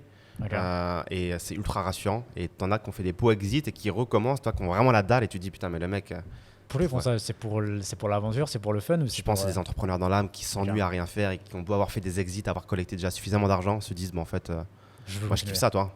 Un peu comme toi, en fait. T'adores entreprendre, découvrir, t'es stimulé par la création et tout ça. Donc en fait, les mecs ne peuvent pas s'arrêter. C'est comme le cliché de dire je vais devenir indépendant financièrement pour être à la retraite à 30 ans. Ouais, mais c'est bien, mais à la fin, c'est vrai. Les cocktails à Bali sur la plage, c'est bien 3 jours, mais après. C'est vrai, ça c'est tellement le plus gros mensonge, je dirais, d'Internet. Tu vois, je pense que celui-là et les revenus passifs via les business en ligne, c'est les deux plus gros mensonges de YouTube et du monde d'Internet. Il n'y a personne qui a la retraite à 30 ans. Ça. Non. Parce que tu as raison, les cocktails à la plage sur Bali, c'est marrant 2 mois, mais au bout d'un moment, c'est chiant. Tu vois. 2 mois, c'est carrément c'est long. C'est vachement. À la fin, le temps devient long. Et au final, on a envie de faire des trucs. Quoi, ça rejoint ce que tu as dit tout à l'heure en plus. C'est-à-dire que quand tu fais ce que tu aimes, en fait, tu n'as pas envie d'arrêter quelque chose que tu aimes faire. Toi. Exactement, Je veux dire, qui serait assez fou de s'imposer d'arrêter un truc que tu kiffes faire. T'arrêteras. T'es à la retraite maintenant. Arrête, c'est bon, ça suffit maintenant. T'as 30 ans, pour les 60 prochaines années, tu fais plus rien. Alors, autant se foutre une balle, toi, presque. Franchement, c'est ennuyant, toi. C'est ennuyant. Donc, je pense que c'est ça, en fait, le truc. C'est plutôt l'objectif de gagner de l'argent pour ensuite faire vraiment ce qu'on veut, au rythme qu'on veut. Et à l'échelle qu'on veut et vraiment où on veut également, plutôt que de se dire je vais à la retraite et puis je fais plus rien. Quoi. Mais c'est ça, c'est comme tu disais, c'est la sécurité de se dire que j'ai pensé à moi, j'ai placé une partie des bénéfices de mon entreprise dans des actifs plus ou moins safe. Et en fait, tout ce que je fais maintenant, je m'en fous parce que je sais que j'ai 3 000, 5 000, 10 000 $ de revenus provenant des actions à dividendes, d'immobilier ou de ce que tu veux, qui me font dire qu'en fait, peu importe ce qui m'arrivera dans mon business, peu importe les risques que je prends, j'ai un toit, je mange, je bois, j'ai des habits. Toute ta vie. Voilà. Et là, t'en reprends pas pareil. Toi. Là, tu trouves vraiment pas pareil. Et je pense que c'est ça la bonne stratégie. Tu vois. Je pense que c'est ça le mieux. C'est de se focus sur soi d'abord, sécurise-toi d'abord. Et une fois que tu es safe, prends plus de risques, amuse-toi.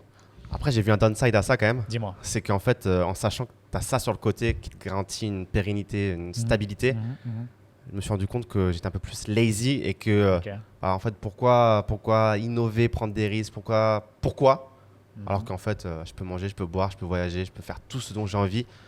Est-ce que c'est lazy ou c'est juste que t'es pas assez motivé à le faire? T'as juste pas envie? Ouais, c'est un peu les deux finalement, je pense. tout. Ouais. Je pense que c'est juste une façon de voir les choses. Toi, si jamais demain t'as un projet qui te passionne de fou, Peut-être aussi, ouais. c'est pas juste parce que tu peux manger que tu vas pas le faire. Peut-être Tu vois. aussi. Je pense que c'est juste que avant t'avais besoin ou t'étais motivé par le côté financier, t'avais envie, il y avait ça qui rentrait en compte dans est-ce que ça me motive ou pas. Aujourd'hui, c'est plus le cas. Donc, du coup, s'il y a juste de l'argent, non, j'en ai plus forcément besoin ou ça m'intéresse plus. Vrai. Du coup, c'est un petit peu plus difficile de te motiver. Tu vois. Il faut trouver autre chose pour que vraiment tu t'investisses. Ouais, Les startups, ça a l'air vraiment de te motiver. Je pense que c'est plus comme ça qu'il faut voir les choses. Quoi. Ouais, c'est vrai. Tu déploies ton énergie avec plus de conscience, peut-être. Plus de conscience, ouais. Et moins pour plus l'argent. De choix, ouais. Plus de choix. C'est vrai. T'as bien résumé les choses. C'est vrai. Good job. Du coup, ok, startup, du coup, si jamais tu devais me convaincre de lever des fonds, tu me dirais c'est quoi un petit peu les avantages que ça peut m'apporter ou qu'est-ce que tu me dirais pour me convaincre de lever de l'argent? Je devais te convaincre de lever de l'argent. Ouais. Je pense que l'argument principal que recherchent les fondateurs, en tout cas avec lesquels on lève des fonds, c'est d'aller chercher très rapidement de l'hypercroissance en fait. Okay. D'aller accélérer très vite, très fort. Je pense que c'est clairement ça. De toute façon, je le vois, les startups de mon portefeuille qui ont le plus de croissance, qui vont le plus vite, elles ont levé, elles ont très vite déployé, hyper croissance, elles ont encore relevé plus gros, plus fort et c'est elles qui vont le plus vite. Ok. Ça valide rapidement ta thèse, s'il y a un marché ou pas, parce qu'une des raisons d'échec d'une startup, c'est que malheureusement, la startup elle seule pensait qu'il y avait un marché, mais en fait, il n'y en a pas. C'est assez fou de voir ça, mais en fait, tu regardes, tu as plein de startups qui échouent parce qu'en fait, elles s'écrivent toutes seules sur le marché, mais il n'y a personne qui en veut. Personne, tout le monde s'en fout. Ouais. C'est fou. Quand j'ai vu ça la première fois, je me suis dit, mais c'est incroyable. Donc, ouais, je pense que c'est principalement ça, ouais. Ok. Et du coup, à quel niveau tu as dit pré-seed, seed, donc, concrètement, pour ceux qui nous regardent et qui ne connaîtraient pas trop, ça veut dire qu'ils ont déjà des clients, ils ont déjà des revenus, ils sont quasiment à ce niveau-là. Genre, à quel niveau de développement un petit peu la boîte elle est? Alors, ça dépend. Pré-seed, généralement, il n'y a quasiment rien. On est au stade de MVP, comme tu as dit. Il y a une très belle idée. Sur le papier, c'est joli, mais concrètement, sur le papier, c'est beau, mais concrètement, il faut que tu nous montres que voilà. Seed, c'est souvent un bon début. Tu peux déjà avoir du chiffre. Moi, j'aime bien les startups qui ont déjà de la traction financière. C'est quand même un critère extrêmement important pour moi. Parce que des belles idées, on en voit passer tous les jours. Mais encore une fois, prouve-moi que tu as des clients qui sont intéressés par ton produit. Donc, c'est quasiment un critère éliminatoire pour moi de voir une startup qui n'a pas de revenus. En fait, souvent, j'élimine tout de suite. Donc, c'est pour ça qu'en seed, tu as souvent quand même déjà un petit peu de revenus. C'est jamais mirobolant. C'est quoi comme ordre d'idée? Ça va être en milliers, dizaines de milliers. En ce qu'on appelle MRR. Donc, c'est encore timide. MRR, c'est Monthly Recurring Revenue, donc c'est un revenu mensuel, quelques dizaines de milliers d'euros. Parfois même quelques milliers seulement. Ça reste timide. Ça reste timide. Et au moins, il y a un truc qui se passe. Il y a une petite base déjà. Donc, c'est à ces niveaux-là. Mais l'attraction pour moi est primordiale. Traction, c'est important. Donc ça revient un petit peu. Donc ça veut dire que les entrepreneurs, avant de venir te voir, forcément, ils ont du coup monté un MVP, ils ont déjà trouvé des clients, enfin, ils ont déjà fait un peu de travail, quoi. Et c'est la première fois qu'ils lèvent des fonds, ou ils ont déjà fait peut-être du angel investor avant. Voilà. Souvent, ils ont ça. Ça dépend. Pré-seed, souvent, c'est la première fois. Seed, il y a souvent, parfois, eu la pré-seed, mais comme tu dis, c'est la love money, donc souvent, c'est des amis proches, pas plus. Y Combinator, ils prennent 7%, il me semble, de ta boîte, c'est flat. Toi, ils ont changé, ils ont un flat plus variable. Ok, ils font flat variable, ok. Ils appellent ça le MFN, c'est le Most Favorable... comment ils appellent ça? Le Nation, je crois, je sais plus l'acronyme, mais en gros, ils ont une partie flat, et après, ils ont une partie variable en fonction de la prochaine levée de fonds.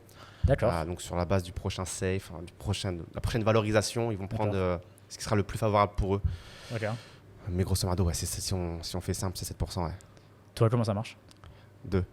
Quand tu investis et quand tu prends des parts, c'est quoi le... Il y a une levée, c'est sur un safe, c'est les contrats safe. Donc c'est un agreement pour Future Equity, Ok. Simple Agreement for Future Equity. Donc tu as quand même une valorisation qui est déterminée, tu ne payeras jamais plus cher que ça, mais ça dépend aussi de la prochaine levée de fonds. Donc en fait c'est simple, c'est par rapport à ce que tu as donné à la startup, par rapport au montant de la valo actuelle, le pourcentage. C'est un produit en croix quoi. Comment tu as appris tout ça? Il n'y a rien en France. Y a rien, On me demande souvent est-ce que tu as des livres, des formations, des contenus que je pourrais regarder. Et en fait, ce qui était le plus formateur pour moi, je crois que c'est vraiment de bouffer du pitch deck. C'est vrai. Ouais, franchement, je te jure. J'en vois passer en ce moment par an, allez, 3-4 000. Donc c'est beaucoup. 3-4 000, Ouais. tu regardes genre 10 pitch decks par Ouais, jour. Hein. quasiment tous les jours en ce moment. J'en ai 6-8 par jour en ce moment. Et tu investis dans Ouais. combien de boîtes pour avoir un ordre d'idée? Par an, l'année dernière, on en a fait beaucoup. Cette année, je pense qu'on va être à 15. Ok, ouais. Donc toi, il y a un gros tri. Tu passes de 3 000 ou 4 000 à 15. Ouais. Il y a... Ok, waouh. Ouais, c'est un putain de tri qui est fait. Ok. Et je pense qu'il était plus formateur, c'est les pitch decks parce qu'en fait, au début, tu as plein de termes un peu barbares dans tout ce qui est startup, genre ne serait-ce qu'une valo pré-money, Ouais, c'est ça, ouais. post-money, la dilution, ou même toutes les clauses qu'il peut y avoir autour de tout ça. Enfin, ça peut être un peu barbare au début. Donc, à force d'en lire, tu commences un petit peu à faire tes recherches aussi. Ça veut dire quoi pré-money, ça veut dire quoi post-money, tu sais, les trucs de base au début. Ouais. Ouais, vraiment sur le tas. Ouais. À la base, t'en sais rien. Ouais. Non, moi, c'était un monde que je connaissais pas du tout. Et... Donc, sur le tas, et je sais pas, t'as eu des mentors? Est-ce que t'as essayé de t'entourer et compagnie? Ou tu t'es débrouillé vraiment tout seul de A à Z? Non, j'ai essayé. J'ai regardé en fait ce qui se faisait aux États-Unis encore une fois, Ok. parce que là-bas l'écosystème est clairement évolué. Et ce qui est bien avec les Américains, c'est que ils diront jamais non. Si tu leur dis, moi, je peux te donner un chèque pour avoir accès à cette startup ou que sais-je, ils te diront jamais non. Tu sais, les Américains adorent l'argent. Ok. Donc j'ai commencé à contacter plusieurs têtes comme ça qui ont des fonds d'investissement ou qui font aussi des clubs d'investisseurs, en leur disant moi j'ai une communauté, on peut lever tant, on peut vous donner telle taille de chèque, est-ce que ça peut t'intéresser? Et en fait, ça les intéressait tous quasiment à 90%. Oh, wow. Donc, j'ai commencé à faire des Skype avec eux, à échanger, à me faire un peu connaître. Donc ils me partagent leur deal flow. Et tout le monde est content, ils ont plus d'argent, moi j'ai du deal flow. Donc ça se fait comme ça, mais ouais, aux États-Unis, il y a beaucoup de monde. À Abu Dhabi aussi, Dubaï. Et je te parlais d'Indonésie en off, mais j'ai aussi un partenaire qui est là-bas à Jakarta et qui source tout ce qui est en Indonésie, Asie du Sud-Est, voire Inde aussi du coup. Et donc ouais, c'est intéressant. Oh, donc quand même, t'es quand même vraiment partout dans le monde et tu vois quand même plein de trucs qui se passent, quoi. J'essaye de mettre ma tête dedans, mais ça reste un milieu encore ultra élitiste, tu le sais très bien. C'est ultra dur de rentrer dedans. Et honnêtement, j'estime être une petite poussière de l'écosystème parce qu'en fait, personne ne me connaît, on lève pas des sommes mirobolantes et il y a déjà beaucoup de monde dans cet écosystème, on s'en rend pas compte, mais il y a beaucoup de monde, beaucoup d'acteurs.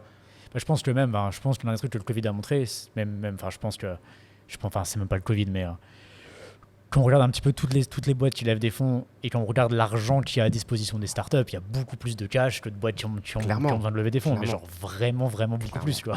Donc du coup, c'est ce que tu disais, quoi, c'est qu'il y a vraiment plein d'acteurs, il y a déjà plein de choses qui se passent. Il y a aussi plein de boîtes qui ne devraient pas lever d'argent aussi de l'autre côté. Ouais.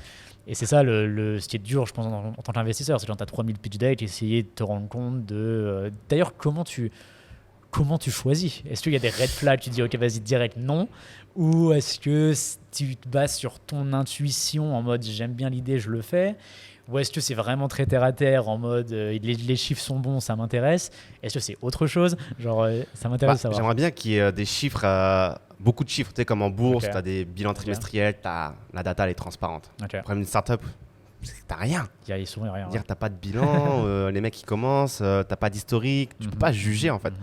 Donc tu dois juger quoi là, un marché, un produit, un service, des fondateurs, le potentiel du truc. Bon, regardez qui sont les co-investisseurs, c'est bien, mais c'est pas une garantie, on l'a vu sur plein d'exemples.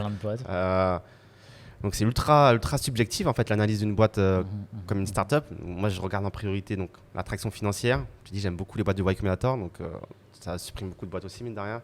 Les fondateurs, j'adore qu'ils aient quand même un background dans ce qu'ils proposent, voire des exits. Les co-investisseurs mine de rien, je regarde quand même. J'aime bien. On va dire que c'est la cerise sur le gâteau de voir qu'il y a déjà des gros noms aussi qui sont positionnés. Mais sinon, j'aime bien les projets tech. Moi, c'est la condition sine qua non aussi, tout ce qui est tech. Dire un mec qui me propose un t-shirt qui respire bien, auto-transpirant, bon, c'est bien, mais ça m'intéresse pas. Il faut que ça soit scalable, duplicable. Donc, tout ce qui est marketplace, application, tech. Par exemple, parfait pour ce qu'on fait avec Dr Tech. Clairement. Ce serait nickel dans le truc. Clairement, parce que potentiellement, grosse marge, donc grosse valorisation derrière. Tu as plein d'acteurs qui peuvent te racheter au Nasdaq Beaucoup. ou introduction en bourse dans la tech, scalable à souhait. Enfin, ça coche tous les critères. Ça, c'est dur comme business, mais on n'a pas besoin de prouver le marché parce que le marché, il est déjà là, il est évident.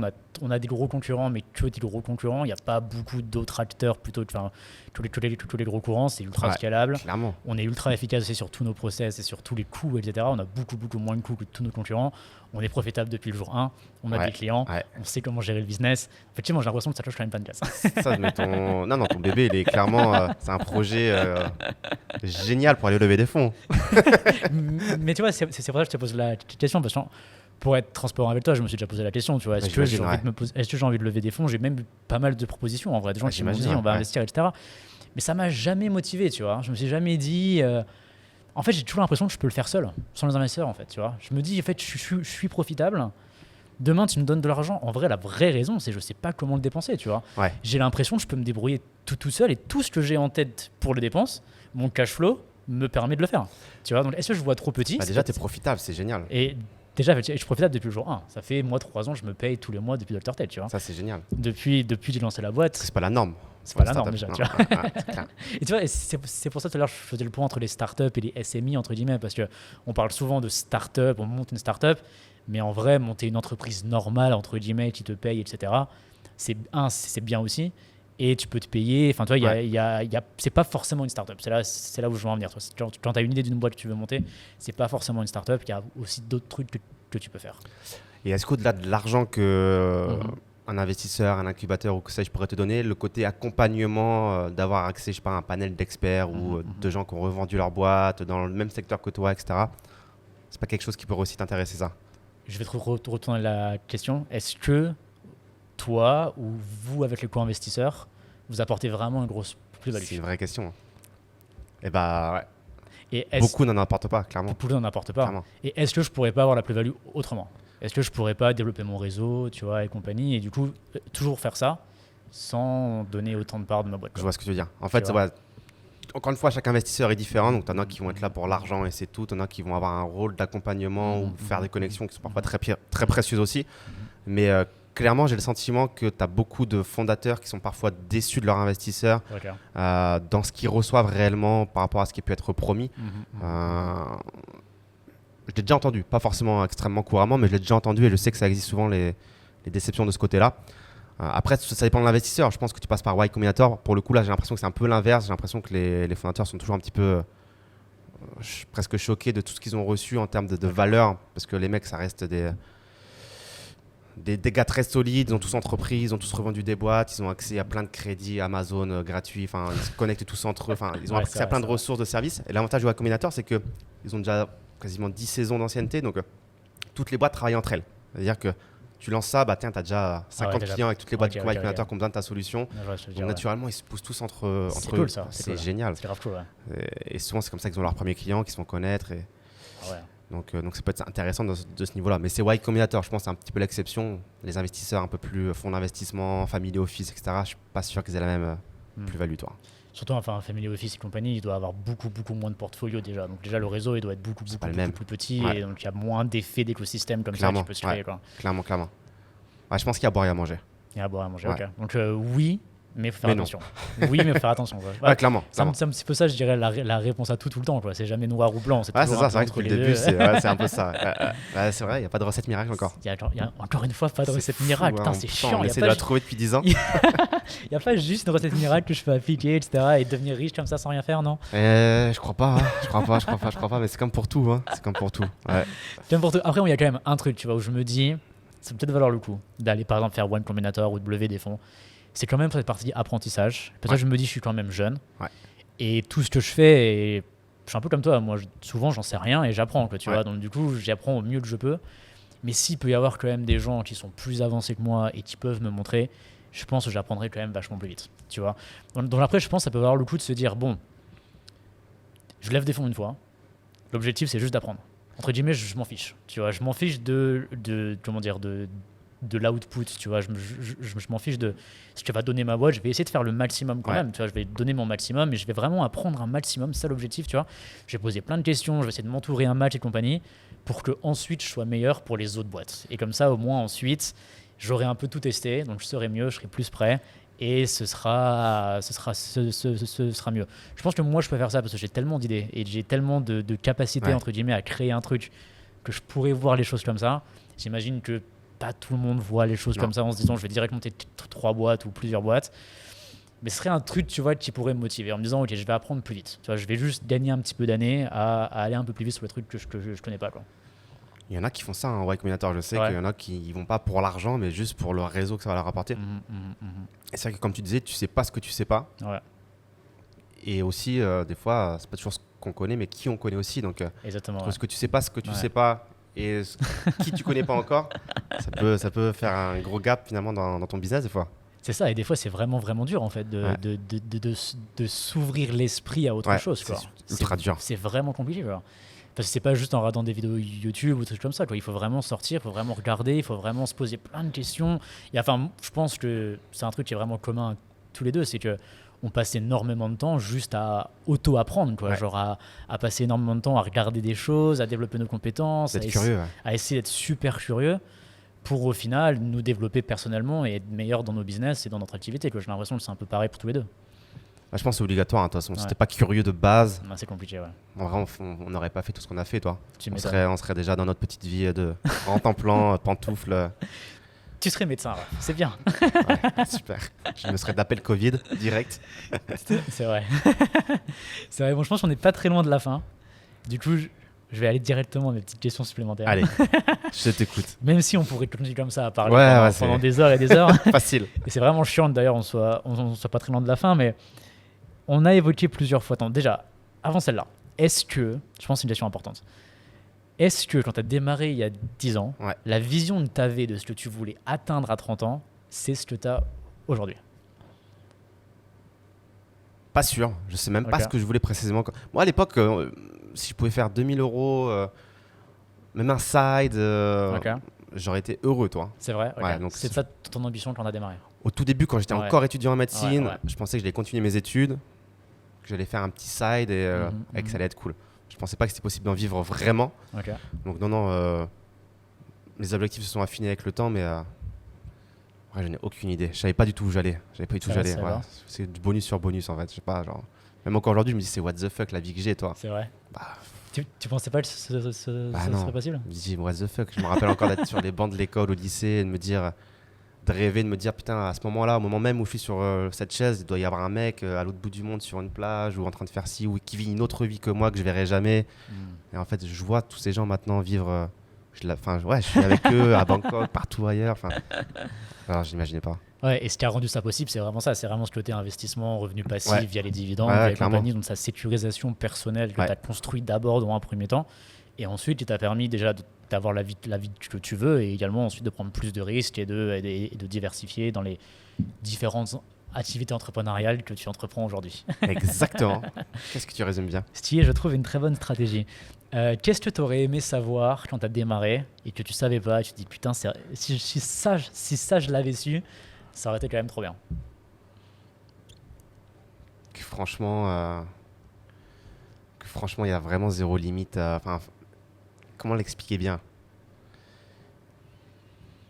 Qu'en fait, ce que tu penses de la vie, à tout moment, tu peux remettre à la poubelle et recommencer. Même ce qu'on pense là maintenant, nous, je pense que c'est encore à des années-lumière de ce qu'on pensera dans 2 ans, 5 ans. Et il faut toujours te dire que tout ce que tu sais, c'est rien du tout. Et être, comment on dit, teachable, toi, genre considérer que tu sais rien et enlever tout ton ego. Et on a souvent vu tendance quand on a commencé à faire quelque chose, à gagner un peu d'argent, à croire que ça y est, on connaît, on sait faire, on a compris. Du monde et genre c'est facile, c'est bon. Alors qu'en fait, t'es encore presque personne, toi. Donc c'est vrai, c'est une bonne façon. Je suis totalement d'accord avec toi. Totalement d'accord avec toi parce qu'au final, quand on évolue, on se rend vite compte en fait, qu'effectivement, on ne sait pas grand-chose en fait. Et que, tu vois, moi j'ai toujours eu cette philosophie de me dire, ok, on a 20 ans, maintenant 30, mais juste il y a quelques mois, on va faire comme si. On était dans la vingtaine. Et en fait, j'avais dans ma tête une idée très simple, c'était que nous, on est dans la vingtaine, on a 0 expérience et on connaît rien. Et du coup, quand on arrive sur le marché du travail, entre guillemets, du business, et qu'on crée des produits, machin, etc., on peut se retrouver contre des gens qui ont 45 ans, 20 ans d'expérience, un réseau, beaucoup plus d'argent que nous, etc. Donc, sur le papier, on n'a pas beaucoup de chance, tu vois. Ouais. Sur le papier, tu te dis, bah, comment je peux faire pour me battre? Par exemple, si tu fais du e-commerce et que tu crées justement ton t-shirt, tu vois, révolutionnaire et tout. Ok, très bien, tu as 22 ans, tu fais ça, top. Mais pourquoi le gars qui a 45 ans, fait 20 ans qu'il bosse dans le textile, il a tout le réseau pour tout ce qui va être production, tout ce qui va être instantané, etc. Le mec, il sait tout parce que ça fait 20 ans qu'il fait ça pour une boîte. Il lance la même idée que toi. Pourquoi tu vas gagner, tu vois? Ouais. Sur le papier, ça fait vraiment aucun sens que quand tu as 20 ans, tu peux réussir. Du coup, je me suis toujours dit, notre premier travail quand on a 20 ans, ça doit être d'aller au plus vite possible, combler le gap avec les mecs qui ont 45, 50 ans et qui sont trop forts. C'est notre premier travail. Essayer de combler le gap en termes de connaissances, de compétences, pour que du coup, on arrive plus fort, entre guillemets, sur le marché et qu'on sache beaucoup, beaucoup mieux ce qui se passe et on sache du coup comment gérer les différents trucs. Ah, il faut être malléable. Il faut être malléable. Parce qu'en vrai, quand tu réfléchis, on a 30 ans, on est Ouais. des bébés encore. On est toujours des bébés, hein. Il y a des mecs qui ont 60 ans, qui ont 30 ans d'expérience de plus. C'est ça. Bah, ils rigolent quand ils nous regardent. Hein. S'ils nous regardent, de se dire, j'ai encore beaucoup de choses à apprendre. Et il faut qu'on soit dans cette dynamique de se dire, en fait, t'as 30 ans, t'as fait plein de choses, t'as vu plein de choses, ok, c'est cool. T'as peut-être plus d'expérience d'un mec qui a lui aussi 60 ans, mais qui a rien fait de sa vie, ok. Mais tu sais encore rien, toi. Et je trouve qu'il y a beaucoup. Ouais, vas-y, dis-moi. C'est vachement ambitieux comme discours. Genre, c'est parce que tu as de l'ambition et que tu veux te développer que du coup, tu te dis, je connais rien, il faut continuer à apprendre, non? Ah, tu trouves ça ambitieux? Ouais. Ouais, je le vois plutôt comme de la modestie. Moi, Ok. honnêtement, j'ai l'impression des fois de me dire, ouais, genre, je comprends pas Ok. pourquoi j'ai tout ça, en fait. Ok. Qu'est-ce que j'ai fait, genre, sans me dénigrer, parce que je reconnais le travail que j'ai fourni D'accord, aussi. ok. Je sais que c'est pas tombé tout seul.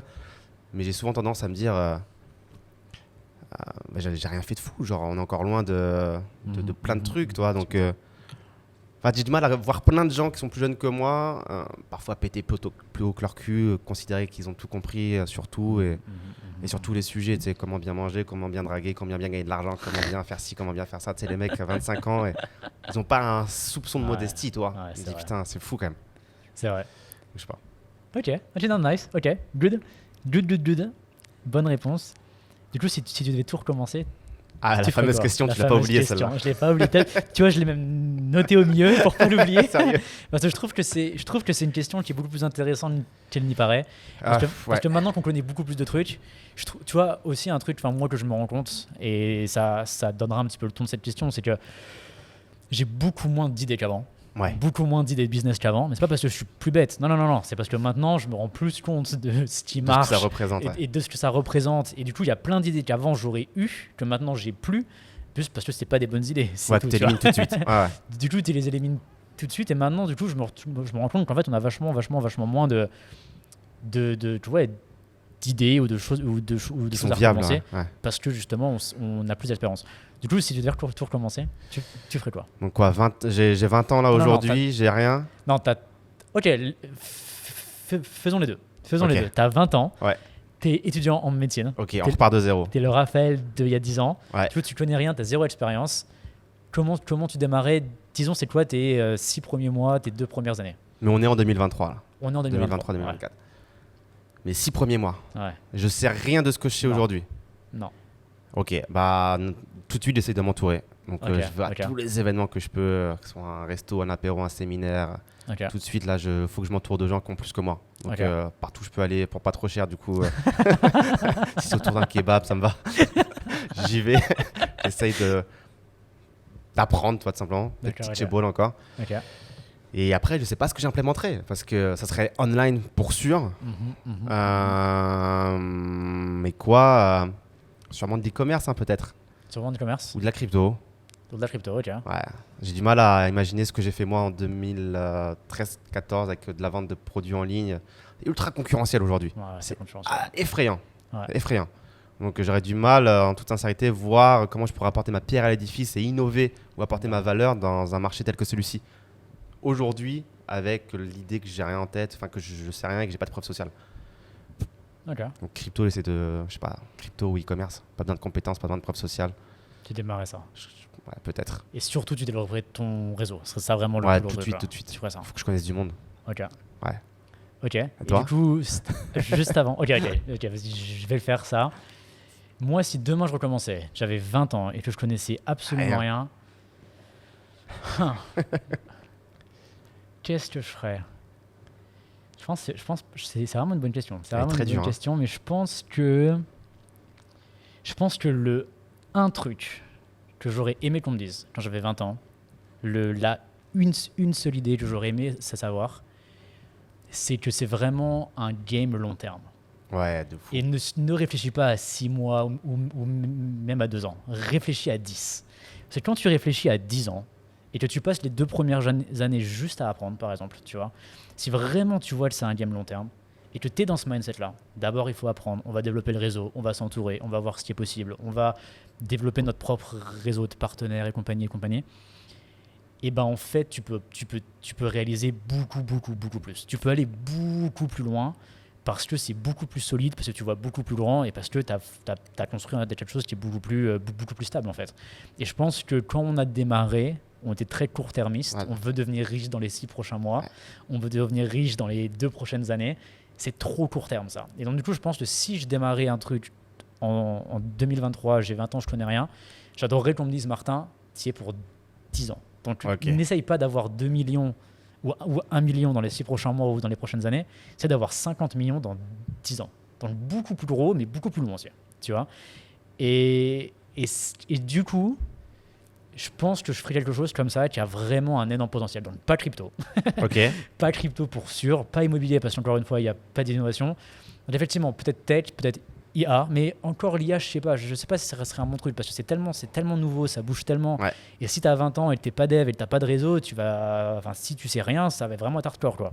Ou en tout cas, les probabilités de réussir sont vraiment faibles, tu vois, parce que tu peux d'un seul coup ne plus exister Ouais, et ouais, être, très vite. et être complètement white Radical, du ouais, marché, clairement. quoi.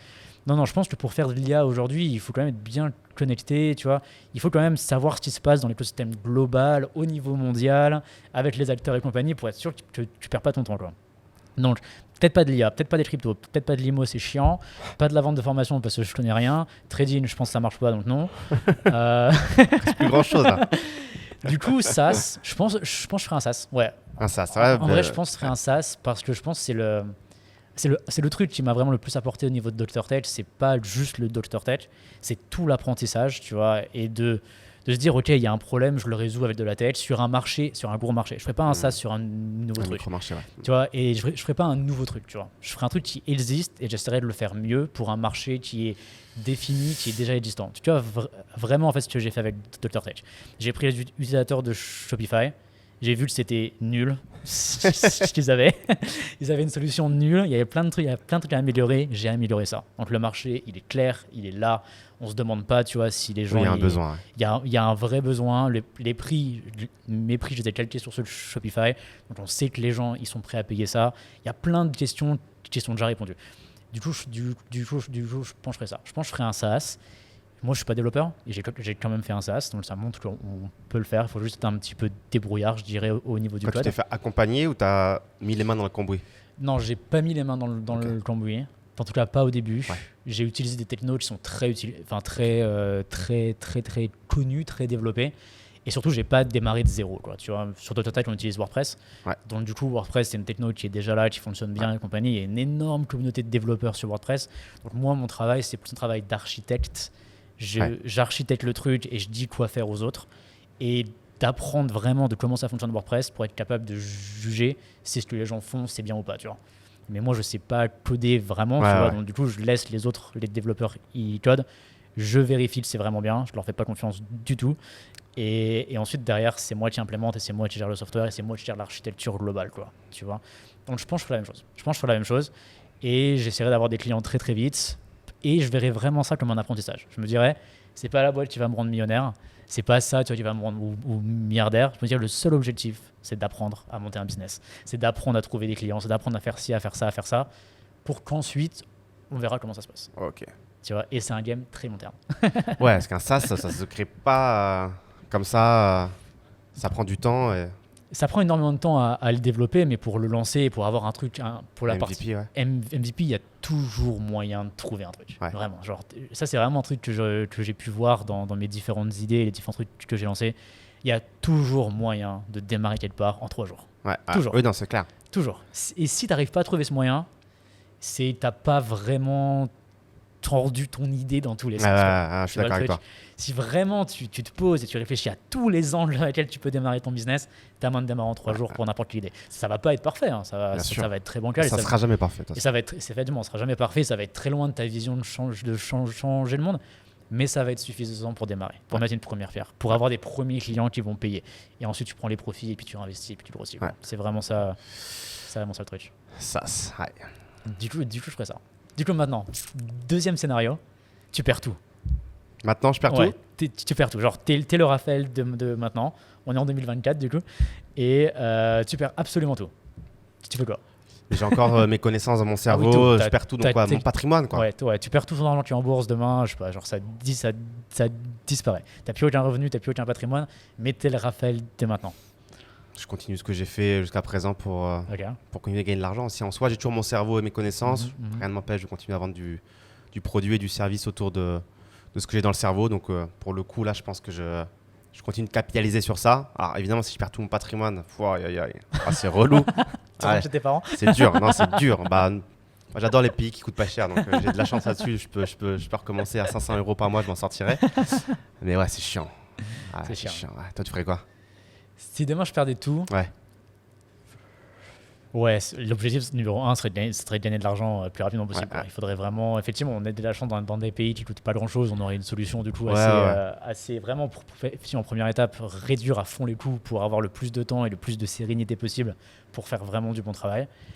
Et ensuite, il faudrait gagner de l'argent vite, donc il faut absolument lancer un truc et faire vraiment cette philosophie de MVP t'as pas le choix, et de vendre vite. Mais je pense que si je devais gagner de l'argent rapidement, je ferais une agence.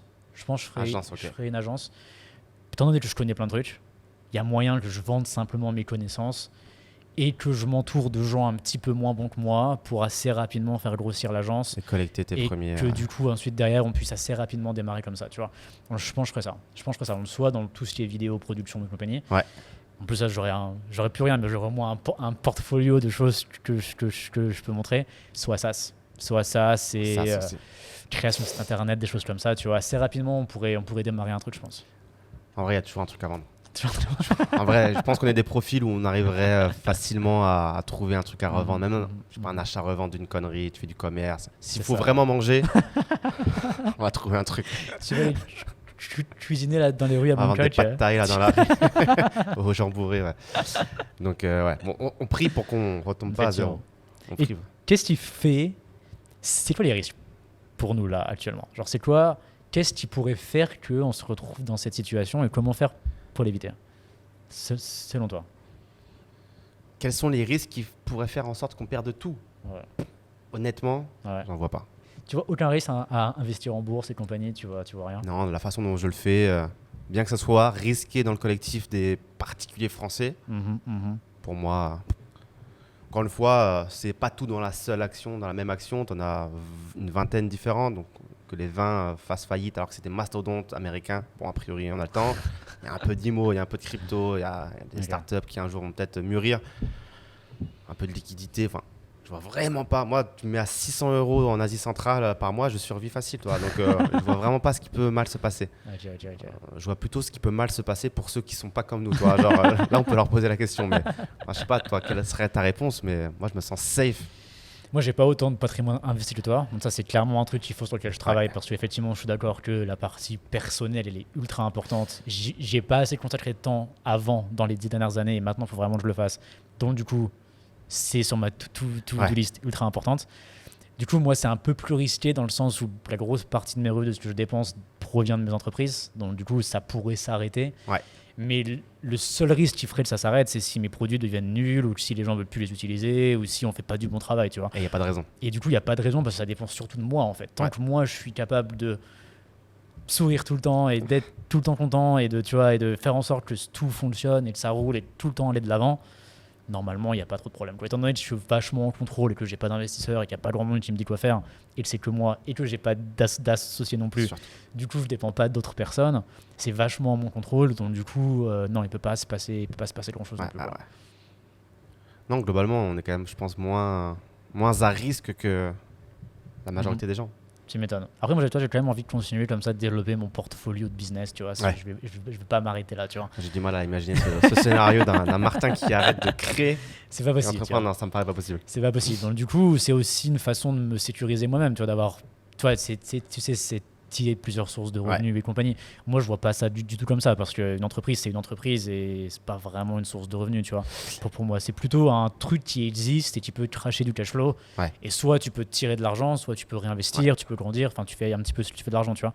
Mais au moins, si tu as plusieurs choses qui existent et qui sont là et qui fonctionnent, t'es un peu plus safe quand même, quoi. A priori, oui. Plus t'en as, mieux c'est apparemment. Plus t'en as, mieux c'est, quoi.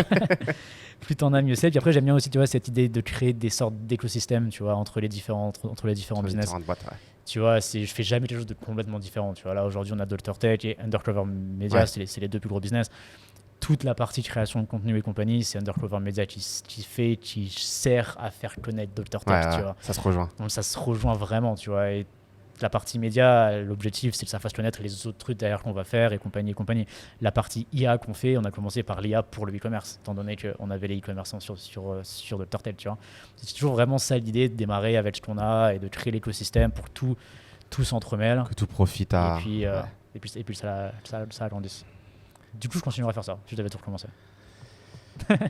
Ouais, bah, j'espère qu'on recommencera pas de zéro. Parce qu'une fois qu'on a vu le chemin qu'on a fait, on se dit que finalement, il n'était pas... On a souvent, quand on sait pas qu'on sait pas, en fait, encore une fois, on s'imagine pas qu'il y a tout ça à faire, mais c'est vrai qu'au début, faire l'opérationnel, le marketing, il y a la compta, et penser à ce risque-là, et si, et le juridique, et blablabli. Après, en vrai, c'est une bonne chose de pas savoir qu'il y a tellement de travail, parce que sinon, est-ce que vraiment on aurait tout démarré? Si j'avais su qu'il y avait tout ça à faire avant de commencer, j'aurais peut-être été un peu découragé. Ouais. Alors que quand tu le découvres, en fait, tu le fais, toi. Il n'y a pas le choix. Il faut le faire. Si il y a cette phrase, je sais plus où je l'ai entendue, mais qui dit que les entrepreneurs, on a toujours l'impression que dans 6 mois, c'est terminé. Ah ouais. Après d'ailleurs, c'est bon, on va vendre la boîte, ou on aura tout développé, enfin c'est bon, ça tourne tout seul, quoi. Et tous les mois, c'est dans 6 mois. Ah ouais. C'est toujours dans 6 mois. Je l'avais jamais entendu celle-là. C'est toujours dans 6 mois. Et quand je regarde la façon dont je pense, c'est vrai, moi j'ai toujours l'impression que tu vois, 6 mois, c'est bon. Que dans 6 mois, c'est bon. C'est vrai que le temps passe super vite en tant qu'entrepreneur. On se rend pas compte que 6 mois, en fait, c'est beaucoup, mais surtout, en fait, rien. C'est rien du tout. Et puis il y a toujours des nouveaux trucs, il y a toujours le marché qui évolue, les clients qui ont un truc à faire, etc. Donc du coup, c'est dur de se dire j'arrête. Du coup, dans 6 mois. Non. Du coup, comment tu vois les choses? Ce sera ma dernière question, après on arrête. C'est quoi les 5 prochaines années ou les 10 prochaines années pour toi? Bonne question. Le temps, les choses vont si vite en ce moment. Sur quel niveau? Tu le vois comme moi, dans le monde, dans l'économie, même dans notre industrie, l'intelligence artificielle. Qu'est-ce que ça va donner concrètement? Est-ce qu'on est sur un vrai switch ou pas? Donc dur de savoir ce qui se passera dans 5-10 ans. Moi, dans ma tête, a priori, on va sur la même lignée. Donc on continue d'essayer d'encaisser un max sur tout ce qui est en ligne pour le redéployer dans des actifs, principalement en bourse et en start-up. Après, ce qui se passera sur les à côté et au milieu de tout ça, Dieu seul sait, comme on dit. Donc on verra. Je pense que le plus dur, c'est de rester vif dans un monde qui bouge, mais j'ai l'impression de plus en plus vite, et où tu as surtout des jeunes de 18 ans qui ont la dalle aussi, comme on l'avait nous à l'époque, mais qui maîtrisent beaucoup plus vite que nous certains nouveaux outils. Et ça, je le sens déjà à 30 ans, je sais pas toi, mais moi je me dis, putain, il y a des mecs des fois qui ont 18 ans, qui parlent de crypto, d'intelligence artificielle, je suis presque paumé. Moi, je suis dans la télé tous les jours, tu vois. Nous, on parle de tech, on développe, etc. toujours. Du coup, je pense que je suis un petit peu moins paumé que toi. Je suis le grand-père de... le grand-père. Non, c'est juste, tu vois, on a une plateforme du coup tech et en vrai, Dr. Tech, c'est quand même hardcore d'un point de vue tech. Étant donné qu'on fait la partie software et la partie hardware aussi, on a vraiment plein de trucs à mettre en place et plein de trucs où on doit être vraiment bon pour que ça fonctionne, quoi. Et on a aussi la partie IA où du coup on fait de l'IA tous les jours. Du coup, je suis tout le temps dedans. Du coup, moi, ce que je me rends compte, c'est que tous les jeunes de 18 ans qui effectivement, ils vont très vite, ils apprennent plein de trucs. Mais il y en a beaucoup qui parlent beaucoup, tu vois. Tu vois ce que je veux dire? Pour moi, qui est tout le temps dedans, je leur dis oui, c'est vrai, t'as raison, sur le papier, c'est vrai. Mais une fois que tu auras du trafic qui va arriver sur ton application, une fois que tu vas commencer à avoir des utilisateurs, ça va être un peu différent. Les choses vont devoir évoluer et tu vas devoir évoluer. Et tout ce que tu penses savoir, en fait, ça va être, tu prends la poubelle et tu recommences, quoi. Et du coup, toute cette partie, tu vois, tech que je fais beaucoup comme ça, c'est cool. Tu vois, vraiment, je trouve ça vraiment, vraiment, vraiment très, très bien. Mais ça prend vraiment beaucoup de temps à apprendre. Il faut vraiment être dedans. Et ouais, tous ces jeunes de 18 ans là, tu vois, qui démarrent, souvent, ils n'ont pas cette expérience-là. Ils n'ont pas, non. tu vois, tu vois, vraiment, la différence pour nous, ça a été quand tu as une idée sur le papier, tu fonctionnes avec 10 utilisateurs, totalement différents, avec 10 000 ou avec 100 000, tu vois. Après, ça marche plus du tout pareil. C'était totalement différent. Et tout ce que tu avais préconçu, il faut recommencer, il faut revoir ton code, il faut tout refaire en arrière. Et du coup, souvent, en fait, je parlais avec des jeunes de 18 ans et je leur dis attends. Avant de croire que tu sais tout, attends un petit peu, tu vas voir. C'est vrai qu'entre la théorie et la pratique, c'est ça. si tout se passait comme sur la théorie, non, ça serait un peu différent. Ça serait un peu trop facile. Trop facile. Bon, Raph, c'était un plaisir. Plaisir partagé. Merci top. à toi, Martin. Ça faisait 10 ans. C'était un petit peu le bilan de nos 10 années d'entrepreneuriat. On se refait notre vidéo dans 10 ans. Allez. On se fait une vidéo dans le métaverse et tout, vu qu'il y aura des nouvelles technologies d'ici là. Je sais pas quoi ça va ressembler d'ici là, mais avec plaisir en tout cas, Martin. C'était un plaisir et merci d'avoir participé. Merci d'avoir partagé ta vision des choses, etc. C'était top. Merci à toi, Martin. Au top. Ciao.